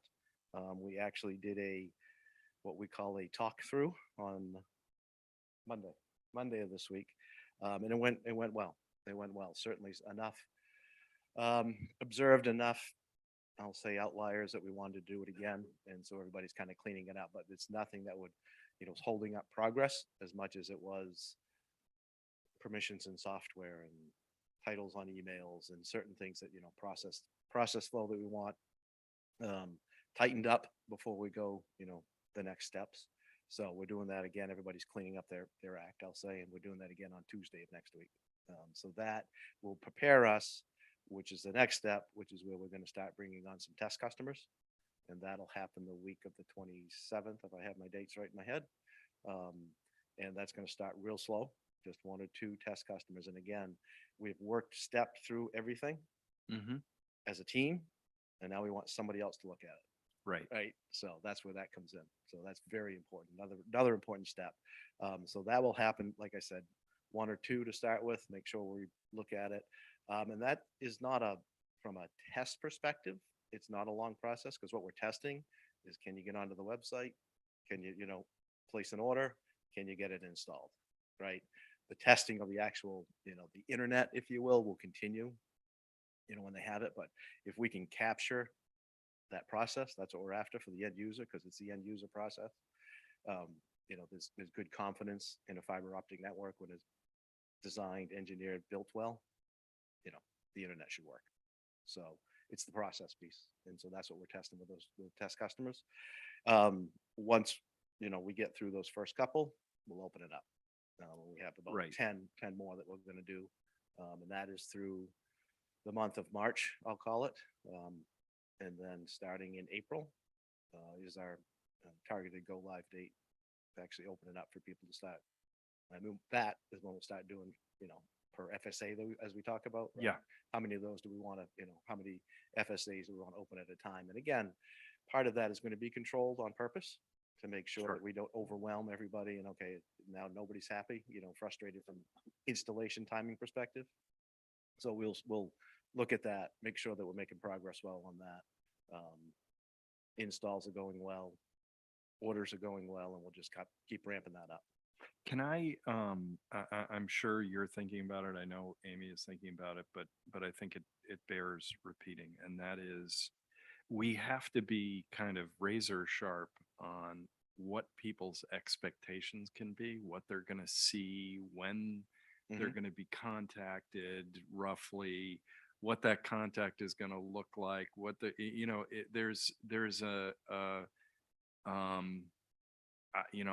I think we've all suggested that perhaps it would make some sense to do a couple of evenings at the library, just for people who are wondering how this is all going to roll out. So I just would ask that we keep that piece of this in mind, because I'm thrilled that you guys are all communicating with one another. The questions we get aren't, how's John doing? How's it going to work in my house? Yes. Yes. How is it going to work Yeah. in my house? Yeah. And, to some extent, and this is not your job, but how the hell do I work this smart TV again? Yes. Yes. So I just, I'm sure Amy, in her charts has that as, you know, as one of the things, but I think it's important from the council's perspective that that be, you know, considered an essential part of this. Because frankly, what'll happen is somebody will call Martha and say, you know, well, Martha's going to be calling Keith and saying, Yeah, Keith. yeah. Or Marianne. But it's just it's a critical Sure. part of this thing. It is. And as you know, as we've discussed before, this is to me a moment of great celebration for the town, and we don't want to lose that by having, you know, the public facing part of this rollout This sort of part- feel clunky. That's a key question and nationally, like we talk Yeah. about digital, it's called digital equity, right? And so when we look at projects, it's, you know, is internet available, Lock Island? No. Um, You know, and then, you know, is it available? Is it, you know, adequate? If it is, which you didn't have any of that. So now we're going to have that. And then you get into affordability, right? And adaptation. So how do people, are they going to use it? Are they scared of it? Do they know how to use it? So it's a key component. Yeah. There's no question. And just on the affordability piece, just so everybody knows, there is a federal program called ACP, and Crocker, who's your service provider, will participate in that. And so that's $30 a month that people get credit towards their internet, and it's a government program, so they have to go online. But that's another piece that needs to be explained to people so that they can actually sign up for it. And then what happens is Crocker will get the credit, you know, through that. So. I'm sorry. We do. It's in your, yeah. Yep. Yeah. Go ahead. Just, John, for everybody who's watching, which is 1 million people right now, because you're the most important part of this meeting. I thought hunting was, but okay. Martha will disagree. Everybody will be live in September?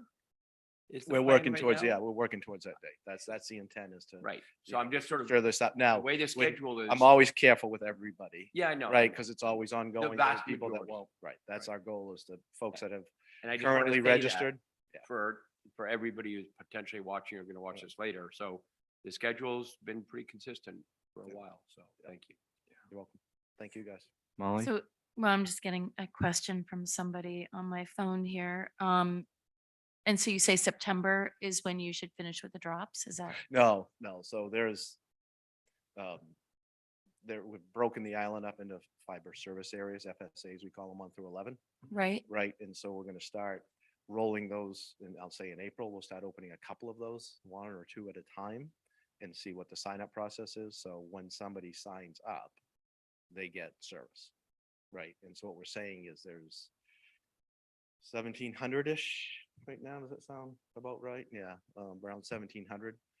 So that's what we're saying. By the end of September, we'll have the majority of those signed up. But and the, ready to- the I'm drops sorry, will be installed and done ready to well go. before them. The drops themselves will be Yeah, done so well before them. You the have to have a drops are drop. kind of a part of the construction as we've done it. And so that's what all the orange pieces that go up the side of a house underground, that's the drop. So those are installed, those are ready to go. So now the install, let's talk about that real quick. When you schedule an install, there'll be a technician that shows up. And out here, you'll see the board that has the stuff on it, right? So they're gonna meet somebody at the home. They're gonna basically drill a hole in the house where they tell them to, run a cable from the box that's on the side of the house today to another box inside. That's a fiber cable. And then from there, they'll run a Cat5 copper cable to a router. And then the install is pretty much done at that point. Should take a couple hours for install. And that part is September. No, we're gonna be consistently doing installs Okay. for the next, from now September. through September. Okay. Right. That's starting in I say April. April through fall, yeah. April is when Okay. they'll start the FSAs. Yeah, the and they installs. have Strategically decided which ones they're going to do and how they're going to go about that. The initial month, they'll have technicians here doing it, and they anticipate ramping up the number of technicians as they move along in the project. What they want to do the first month, like John said, was, people need to sign up. They want to see how that goes. as they move forward. And then as it moves forward, they'll increase the number of technicians that are out here to be able to do it. Obviously, the one thing we can't test with test customers is Right. volume, right? Volume of signups and installations. And as John and I talked, the technician could be out at a home and be at Martha's house, and it may take a little longer than at someone else's house. Right. So they will then gauge that a little bit as they go forward. Does that make sense, Molly? So these are installs. So like at the end of May, right? There'll be X number of installs done and those people have internet and they're working. Not waiting till September for everybody. It's as you get it now. It'll be installed and running. And there is a phasing, FSA is a phasing chart. There's a phasing chart of those zones, so, you know, 1, 2, I mean, yeah, it sort of goes looping around. But if you don't have that or you want to see it, Amy has it. So my understanding, Yeah. my understanding is Verizon has an FCC responsibility being the only provider currently for phone. So I noticed on there that they're going to be offering phone. Mhm. So now that Verizon would have a competitor, let's say, does that allow Verizon, are we going to see any impact of Verizon moving out of the market for Current- landlines? Currently, no. So from a public utility perspective, voice is regulated and broadband is not. And so voice is called provider of last resort, Polar in the industry. So they have to provide a phone service. Even if they're the yours provider of offering last a phone resort. service? Right. Yeah. Okay. And Surtex or this network is not the provider of last resort. So Verizon, any phone company across the United States has to provide that. Okay, It's still great. regulatory. Molly? No.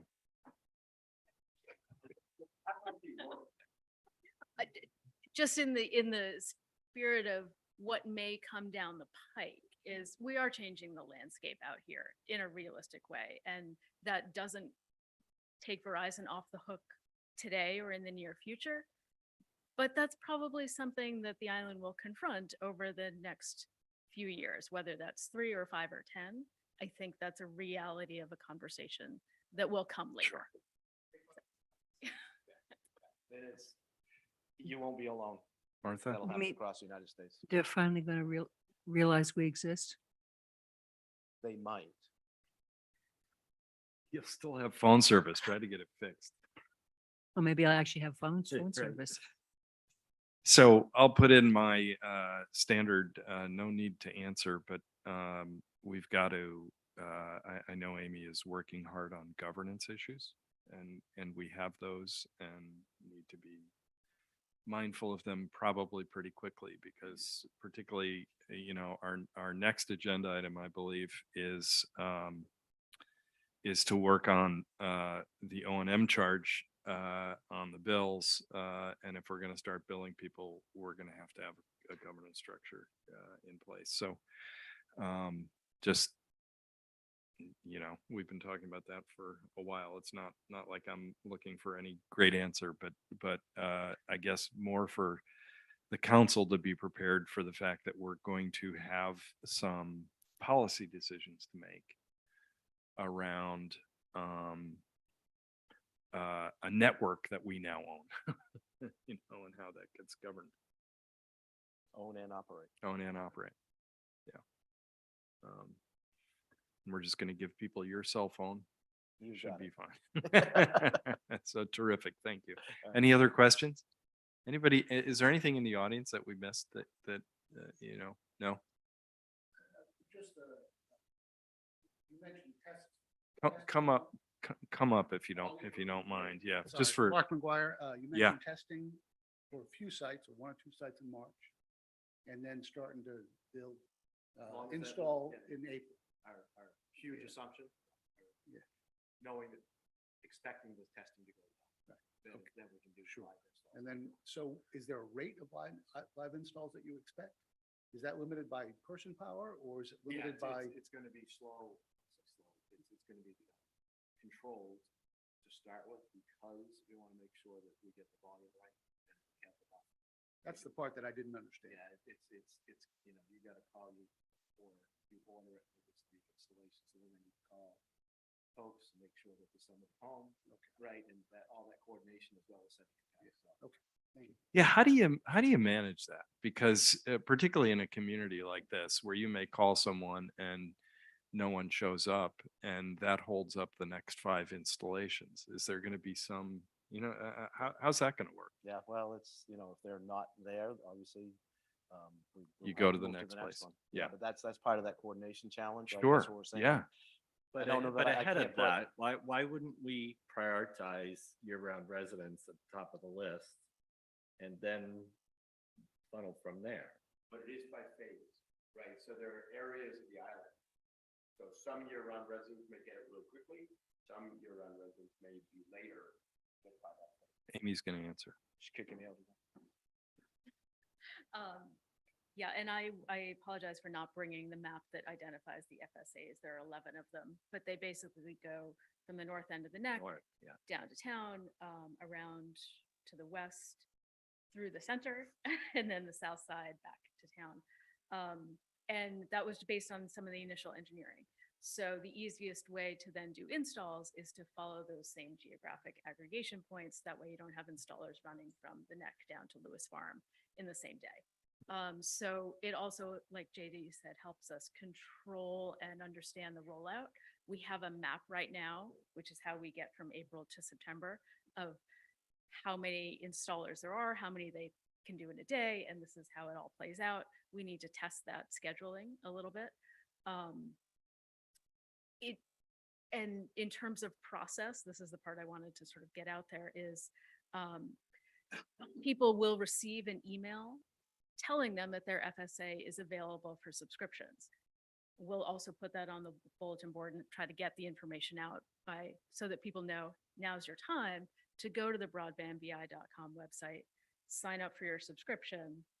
Surtex will then call you to schedule your install. They're not going to wait at your house for you. And if you don't call them and schedule your install, that's on you. You're not going to be accelerated to the top of the list. But if you're on top of that and ready and paying attention, then Great. the Right. sooner you can get your premise connected. Gotcha. Does that make sense? Yes. So it's not necessarily us reaching out to property owners and waiting for them to find a time that works. But you'll be told it's time, go register, and then Surtex will call you to schedule. Gotcha. Does that help people know what to expect at least? Yeah. It's great. Can I ask you, Keith, you made a comment, owned and operating network. I'm not sure I follow what the town. So, what does that mean? The town is the owner and the operator of a All the lines. broadband network. Yeah. Okay, Uh, so, and we contract with someone when there's issues Correct. with Yeah. I was this? gonna or- say, yes, so you own and you operate it. You have Yep. an operator agreement with Surtex, who's the same Okay. company that did the construction. Yep. So they're I call it outside plant, right, all the way, if you will, to the equipment that's inside the house, and if they need to come out to replace that.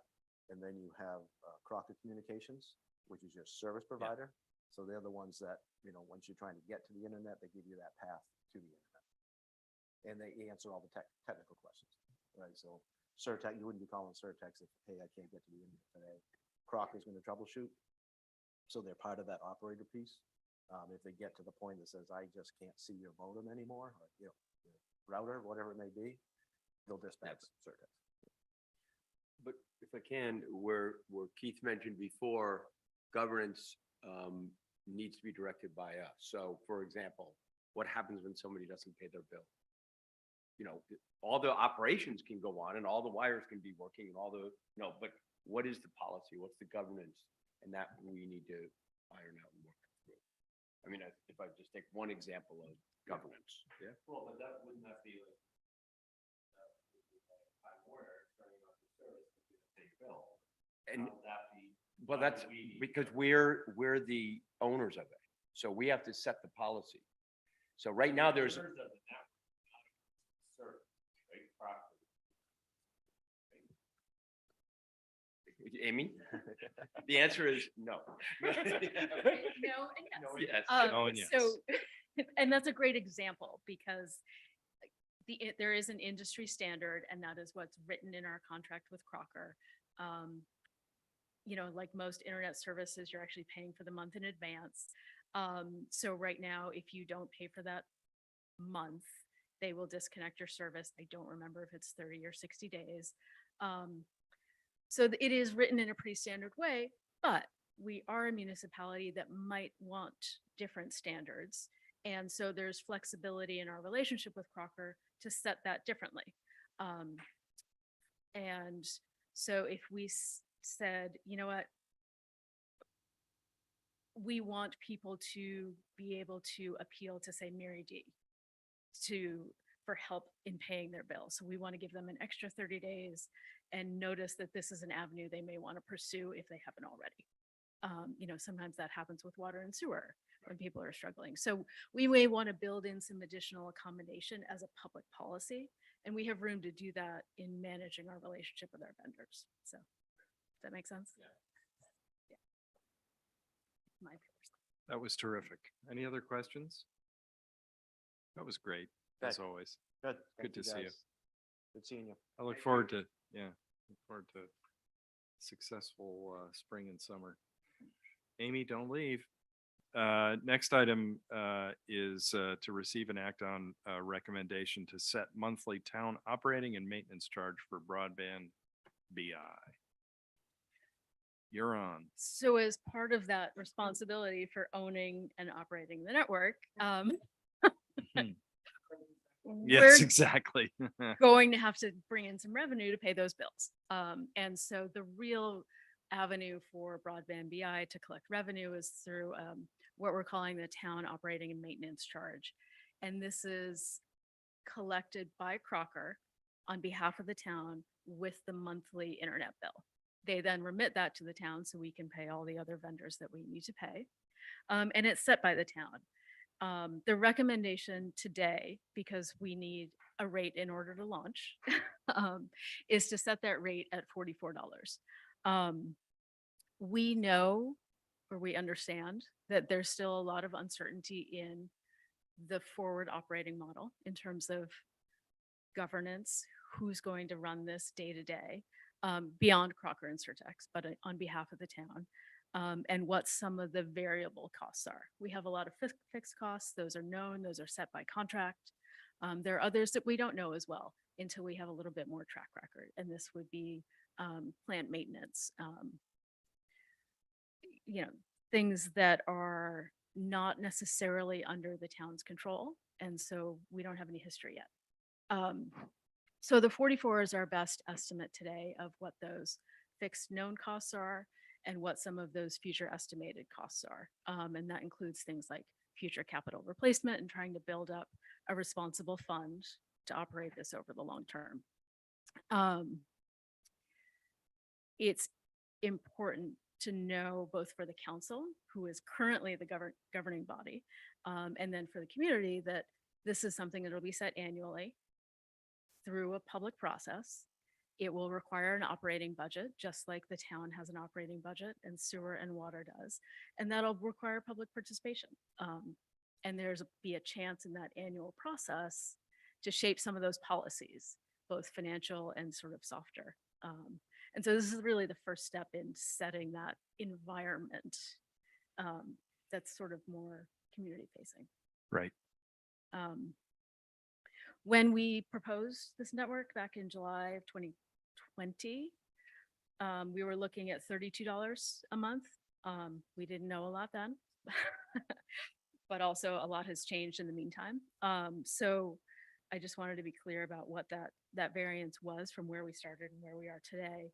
And then in the last slide of that packet, we sort of have an aggregate cost of what this network would cost a typical subscriber and who you're paying those costs to, because I understand that can get a little bit confusing for people. So Crocker is going to really collect a couple things on that bill, depending on what you might subscribe to as a customer. So whatever your internet plan is, and there are different speeds that you can choose, whether or not you've subscribed to voice or any additional services, and then that town operating and maintenance charge. One thing that was not in the initial packet that I've since added is that all of those are subject to different taxes and fees that we are required to collect or Crocker is required to collect. If you think of your phone bill now, there are a couple different items listed on there. Mhm. Obviously, we have to collect those and remit them to the proper agencies as well. So these are all before those federal and state regulatory taxes and fees. And so all of those are part of your Crocker monthly bill. There's another component that's a little bit separate, but again, we want to recognize as part of the cost, and that's sort of the property tax component, which is the build out of the network itself. That is not currently showing on people's property tax bills, but I don't want to ignore that it exists when you're comparing, say, your service today and what you pay for that and what you'd be paying in the future. So that's on the last slide of that packet. And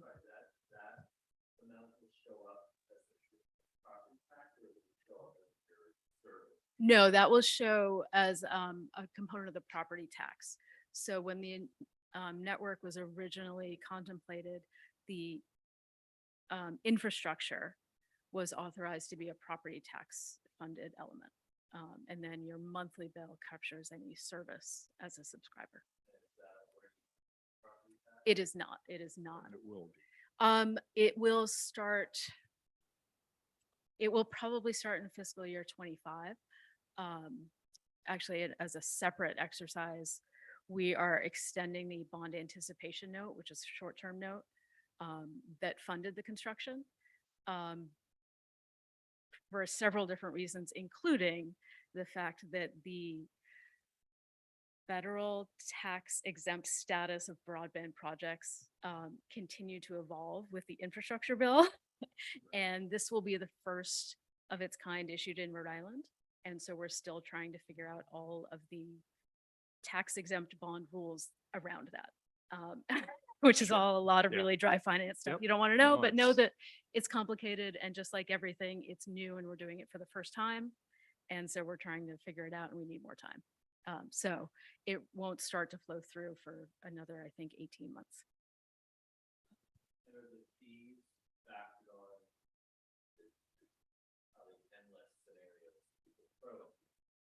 Given the participation rate and current services, you know, and look at timeline when it goes live, and they say, make it up.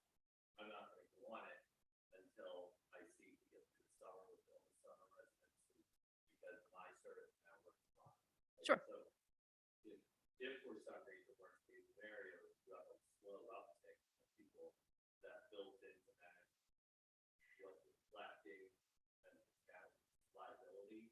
To the best of our ability today, it does include a slower ramp up, particularly because we know the Starlink situation is out there and a lot of people have chosen that as an interim solution, and they may or may not move over right away. So that is built in. Again, the number of subscribers is still a hypothetical number. So we've done our best to model it, but the reality is something we'll know a lot better in 6 months. And so that's why that initial $44 town O&M, you know, is our best estimate. Yes. But the debt service part of it Is- is built into property taxes. So Exactly. we don't have to worry about a shortfall. Exactly. Yeah. And yeah, sort of on this page, which is the pricing schedule, right now, the internet and phone components, those prices are fixed. They're fixed in our contract with Crocker. So Can I ask a question about those? I know I've seen, I believe on the Broadband BI website or in some materials that we got early on, and I've seen other providers do this, but it strikes me that it might be worthwhile to include, if you want to do this with your internet, here would be an appropriate speed. If you want to do that with your internet, here's what, you know, yeah, because, you know, it's certainly hard for me, but, right. you know, There, yeah, there right. is a page that we put together in July 2020, right. currently on the Broadband BI website and our Yes. pricing that does that. It has not been updated yet for the proposed town O&M charge. So it has usage, it has the internet and phone costs, but know that that town O&M rate is not correct, Right. it'll be updated after the town Right. council takes action. I just want to help people who Yep. only email know that, you know. So broadbandbi.com and then under pricing. Right. Excellent. Right. So I have a question about, how competitive is this pricing? I mean, you're talking about other services that are available. Is this pricing comparable to that or? So everyone's gonna have a different answer to that, but I can tell you for me, yes. Um, so when I look at my own current DSL and phone service, I am paying more than this personally for a lesser quality product.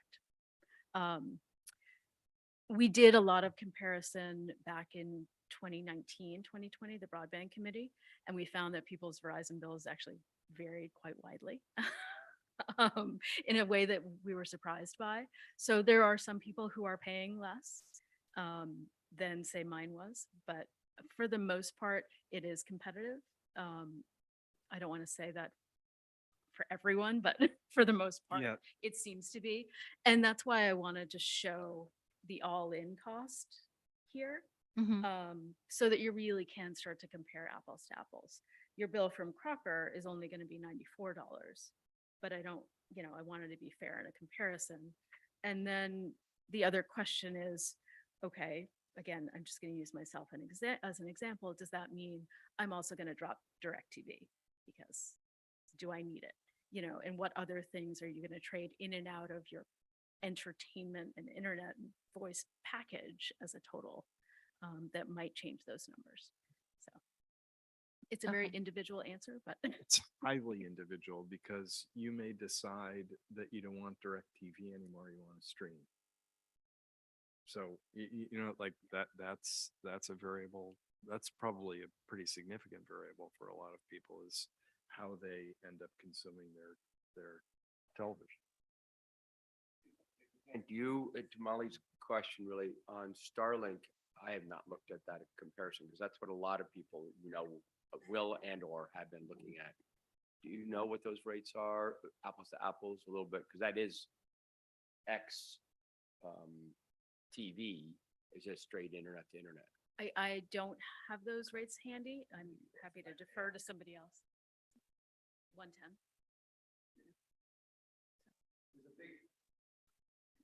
I was just gonna say that there's a big upfront cost though, and that's what you won't have. And they're different products. I mean, You different also don't- technical products. You don't have certainty about what Elon Musk is going to do with his pricing either, frankly. Well, first of all, I have to say, I thought this PDF that you guys put together was really terrific and very accessible and understandable to the point where I actually sent it around to a large group of people on a BCC today, just, because I thought it was,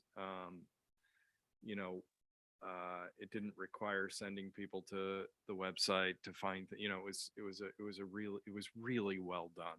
So thank you. And I also think, I think I said this at the beginning, that this is a really exciting moment because, when we're starting to talk about how much we're going to charge, it means we're almost there, and I say this to you frequently, but I really appreciate the work that you're doing and the team is doing and Marianne is doing.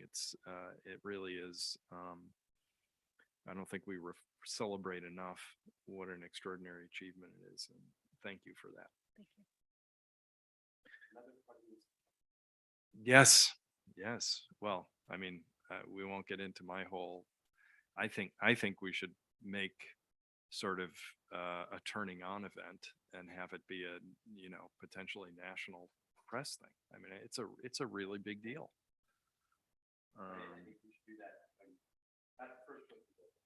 Yes, exactly. We need permission. So I would make a motion to set the monthly town operating and maintenance charge for broadband BI in a manner consistent with with the memorandum that we received from our finance director. Second. All those in favor, or any discussion? Sorry. All those in favor indicate by saying aye. Okay. Ayes have it. Thank you, Thank you, Amy. Amy. Thank you, thank you. All right, I gotta, just give me 1 second here.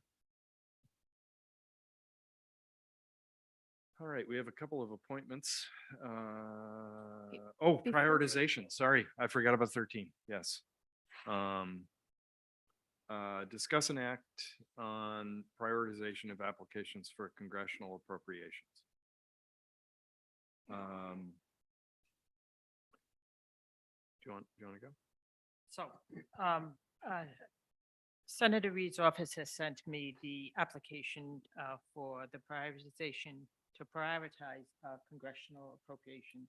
For council members who are new here, congressional appropriation is a funding that you apply individually. We did it last year, and usually the senator and your congressional folks will try to work with the federal budget to get the appropriation approved. Last year we did two. I did one for the for what I'm calling the fire bond, and also the medical center did one. The fire bond made it through the first phase and didn't get out of committee. The medical center, I think we can please to say at this point, they did receive their congressional appropriation. I think it was $2 million, Keith, if I'm not mistaken. Yes. So they did get that to offset the cost of their facility. So what we're looking to do it again this year, it's not unusual not to get it. So with the five bond not receiving it, I wasn't surprised. I've done this in another life through Senator Reed's office going back over 20 years ago. So what we're looking at this year is two in particular, the harbor facility and the fire bond. The application does ask if you're applying for more than one in a community, prioritize your numbers. So there is two. This year's timeline is extremely tight. The notice to apply just literally came out either last Thursday or Friday afternoon, I think it was. And Rick McAuliffe sent it to me. And the deadline is midnight on February 28th. It's super tight. Last year, it was more like over 60 days, almost 90 days. I think it was like April 12th was the deadline, and we knew a little earlier than this. There's a lot going on in the federal government. There's a lot going on with the House. I think we should put in the applications. However, I'm not optimistic as I was last year with this process. However, the council does have to prioritize which ones they want to put first, and needless to say, one will be one and the other will be two. So that's why this is on the agenda this evening. Just a real quick add. I believe, and you can correct me if I'm wrong, yes, we definitely need to prioritize, and we'll do that. But my understanding is that these are really going to be coming out of two different buckets. So while there's prioritization, and in essence, how much sweat goes into each one, hopefully there's still a chance to get both because they would come out of different funding mechanisms. So saying number two is not a death sentence because it's really a different thing. It's just a matter of how much sweat, I guess, goes into it. Do you have a question? Okay, I think it's important to mention that Marianne, Sven, and I had a meeting on Monday morning with Senator Reed by Zoom. It was 9:30 on Monday morning, and he spent 35 minutes with us. I mean, it was extraordinary.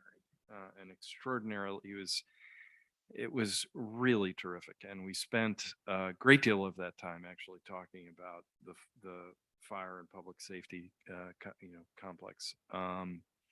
And one of the reasons that the three of us, I think, really wanted to talk to him about that project in particular is it strikes us that a fire facility may in fact be eligible for other things beyond just, in quotes, just an earmark from Congress.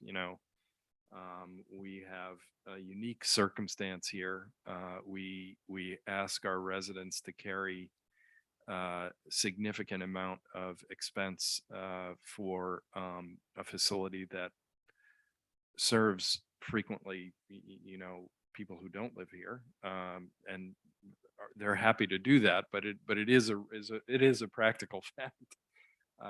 And Senator Reed could not have been more responsive or helpful on that. And going forward, Marianne and our lobbyists, I think, are going to be working closely with his staff around not only earmarking, as it's called congressional appropriation. Sorry, I always knew it as earmarking. But other, perhaps USDA, FEMA, Homeland Security, et cetera, other programs. And interestingly, he suggested that we look hard, and we've started to do this, at what some of the islands off the coast of Maine are doing, and whether, for example, Senator Collins might be interested in, a joint effort, designed to have a grant program that's more robust for these kind of geographically isolated tourist destinations. So I really wanted to say that, mostly because Senator Reed could not have been more, he wasn't just saying, thank you very much for your interest, though. He was very much like, how about if we do this? How about if we do that? And it was really quite something. As when I was in another life and had a similar meeting with him, and at a conference room at the police station in Jamestown, one of the council members was originally from California, and his partner was in California, and partner called and said, how in God's name did you get a U.S. senator to get your police station and sit in your office? It just is a reminder how fortunate we are here in Rhode Island to have these opportunities with U.S. senators. And meeting with he's them. very interested in coming out on a Saturday or Sunday this spring to look at a lot of these things. So that was another positive. So what do you need from us, Marianne? Our priorities.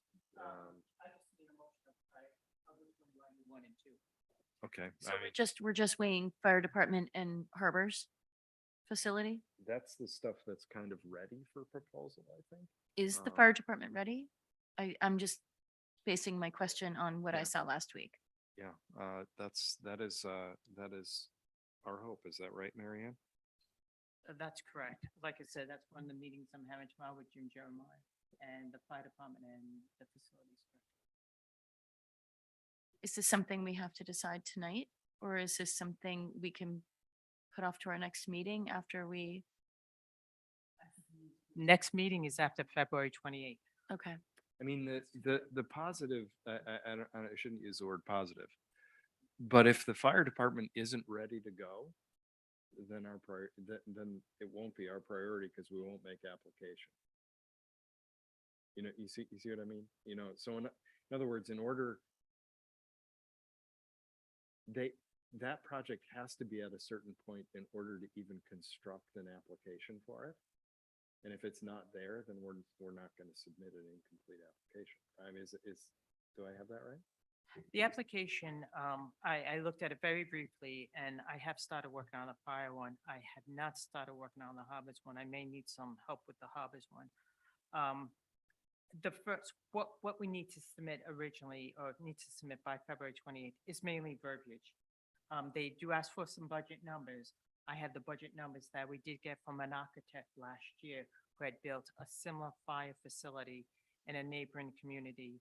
I think it's in Massachusetts, the same size. We gave them the size and everything else like that, and it was a similar community. So I do have a budget, and I will use that same budget this year, and it has enough detail in it to fill out the application.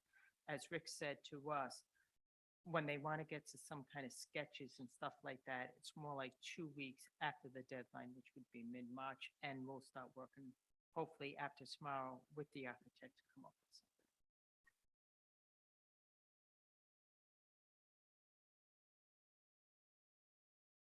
Well, so I'll go from there. So if apples for apples, if both are ready to go, be submitted, I don't know how we not go with fire first. Absolutely. Yeah. Oh, no, I Holly, some recent variance says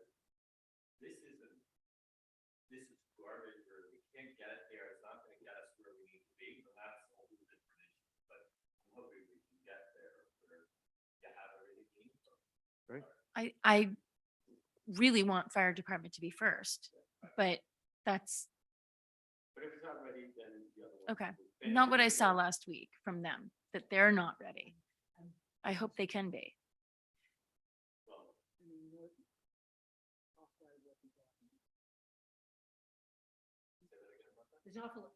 There's an awful lot of work involved in anything in the pond, so I think they've both got a Yes. long way to go. But if the initial stage is language, and you did it last year, anyway, sometimes that's what you just keep doing it till you get it. I'll make a motion to prioritize the first responder complex over the, No, just rank- prioritize just the first rank responder it. complex in our legislative actions. Second. Just, can't we just rank them 1 and 2? Oh, well, I assumed if there's a one, then there's a two. I think we want both in the motion, don't we? Yes. Okay. Yeah. I'm looking at Marianne. Okay, yes, I'll make a motion to, for the first priority is the first responder complex, and the second priority is the Maritime Center. Is there a Second. second? All those in favor indicate by saying aye. I Opposed, no. Ayes have it. Item, I guess it's 14, discuss and act on board commission and committees. We have 2 appointments to make tonight. So I want to ask a question about this before we start.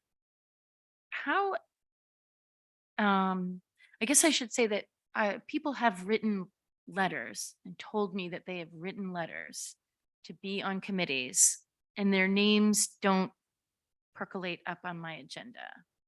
So what is the process for somebody who writes a letter to actually end up in front of me on an agenda? Like, we keep saying like, oh, we need so many people on boards and agendas, but now I have 2 different people who've written letters and that have gone nowhere. So The where are clerk's they? office, where they sent them.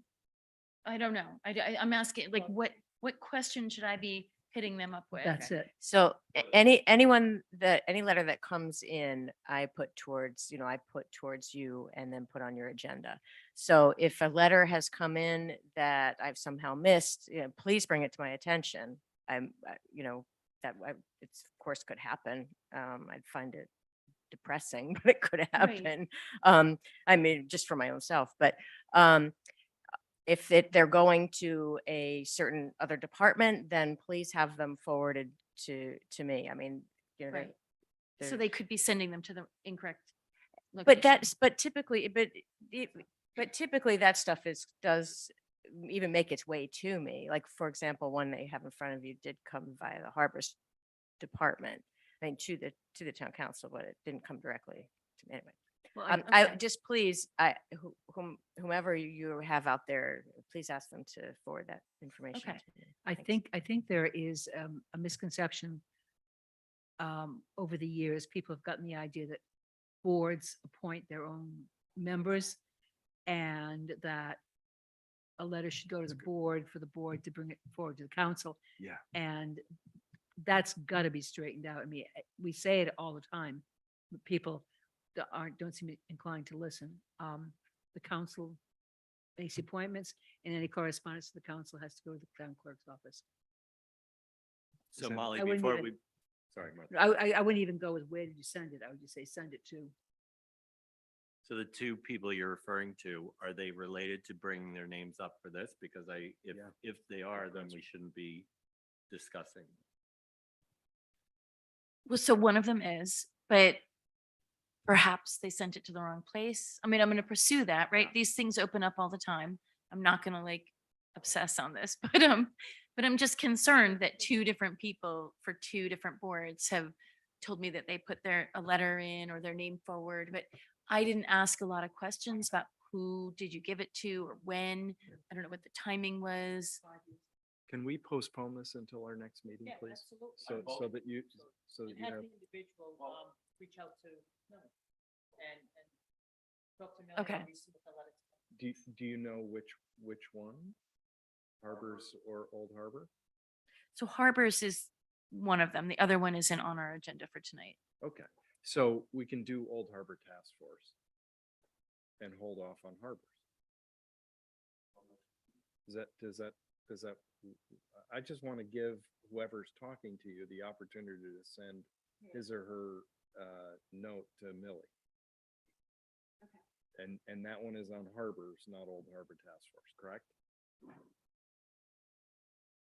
Yes. Okay, great. I just don't want to, I don't want to make a motion that runs afoul of what we just decided to do, that's all. All right. I would, let's see, who do we have here for Old Harbor Task Force? I'm sorry, I'm looking at. Oh, Nancy Zimak? I would make a motion to appoint Nancy Zimak to the Old Harbor Task Force. Second. Any discussion? All those in favor indicate by saying aye. Aye. All right, Nancy. And we will do harbors at our next meeting, and please make sure whoever it is Right, I'll do gets that. their thing in. And if there's someone for another vacancy, please make sure that they send it to Millie. Any further business here? I would love for you to do that.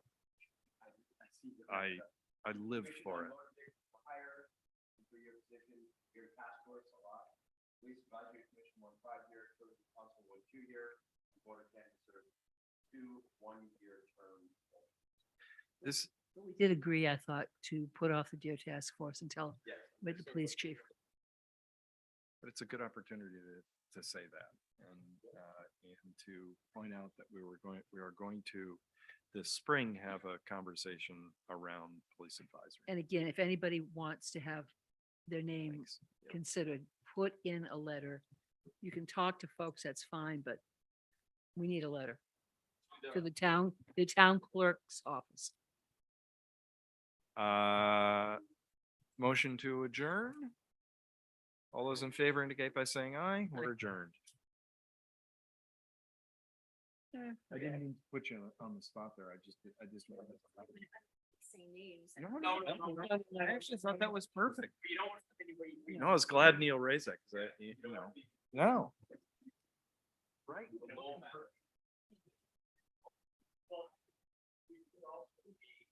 Keith? Rec of the Edmund Fitzgerald. I gotta show this. Right. Yeah. Yes. Absolutely. I would have suggested that, yes, for the next 1, 2, or 3 days, I'll be head of the school. board. She's not planning it. So I have this app that what you just said. This is called Places. And every day you get a map of a country. So you type in a guess, and then I'll say Called places. yeah, I'll say whatever, Called Malaysia, places. Look at this. right? Malaysia. So you guess Malaysia, and it tells you how close you are, and then gives you a direction. So I've used it because my geography is just awful. It's just awful. So, you can use it to look up maps and figure out where things are in relation to one another. But it How close are you to reminds me of- Malaysia? It reminds me. This is my, Yeah. yes, guys. Yeah. The answer is Rec of the Edmund Fitzgerald. If somebody says it's C, somebody else says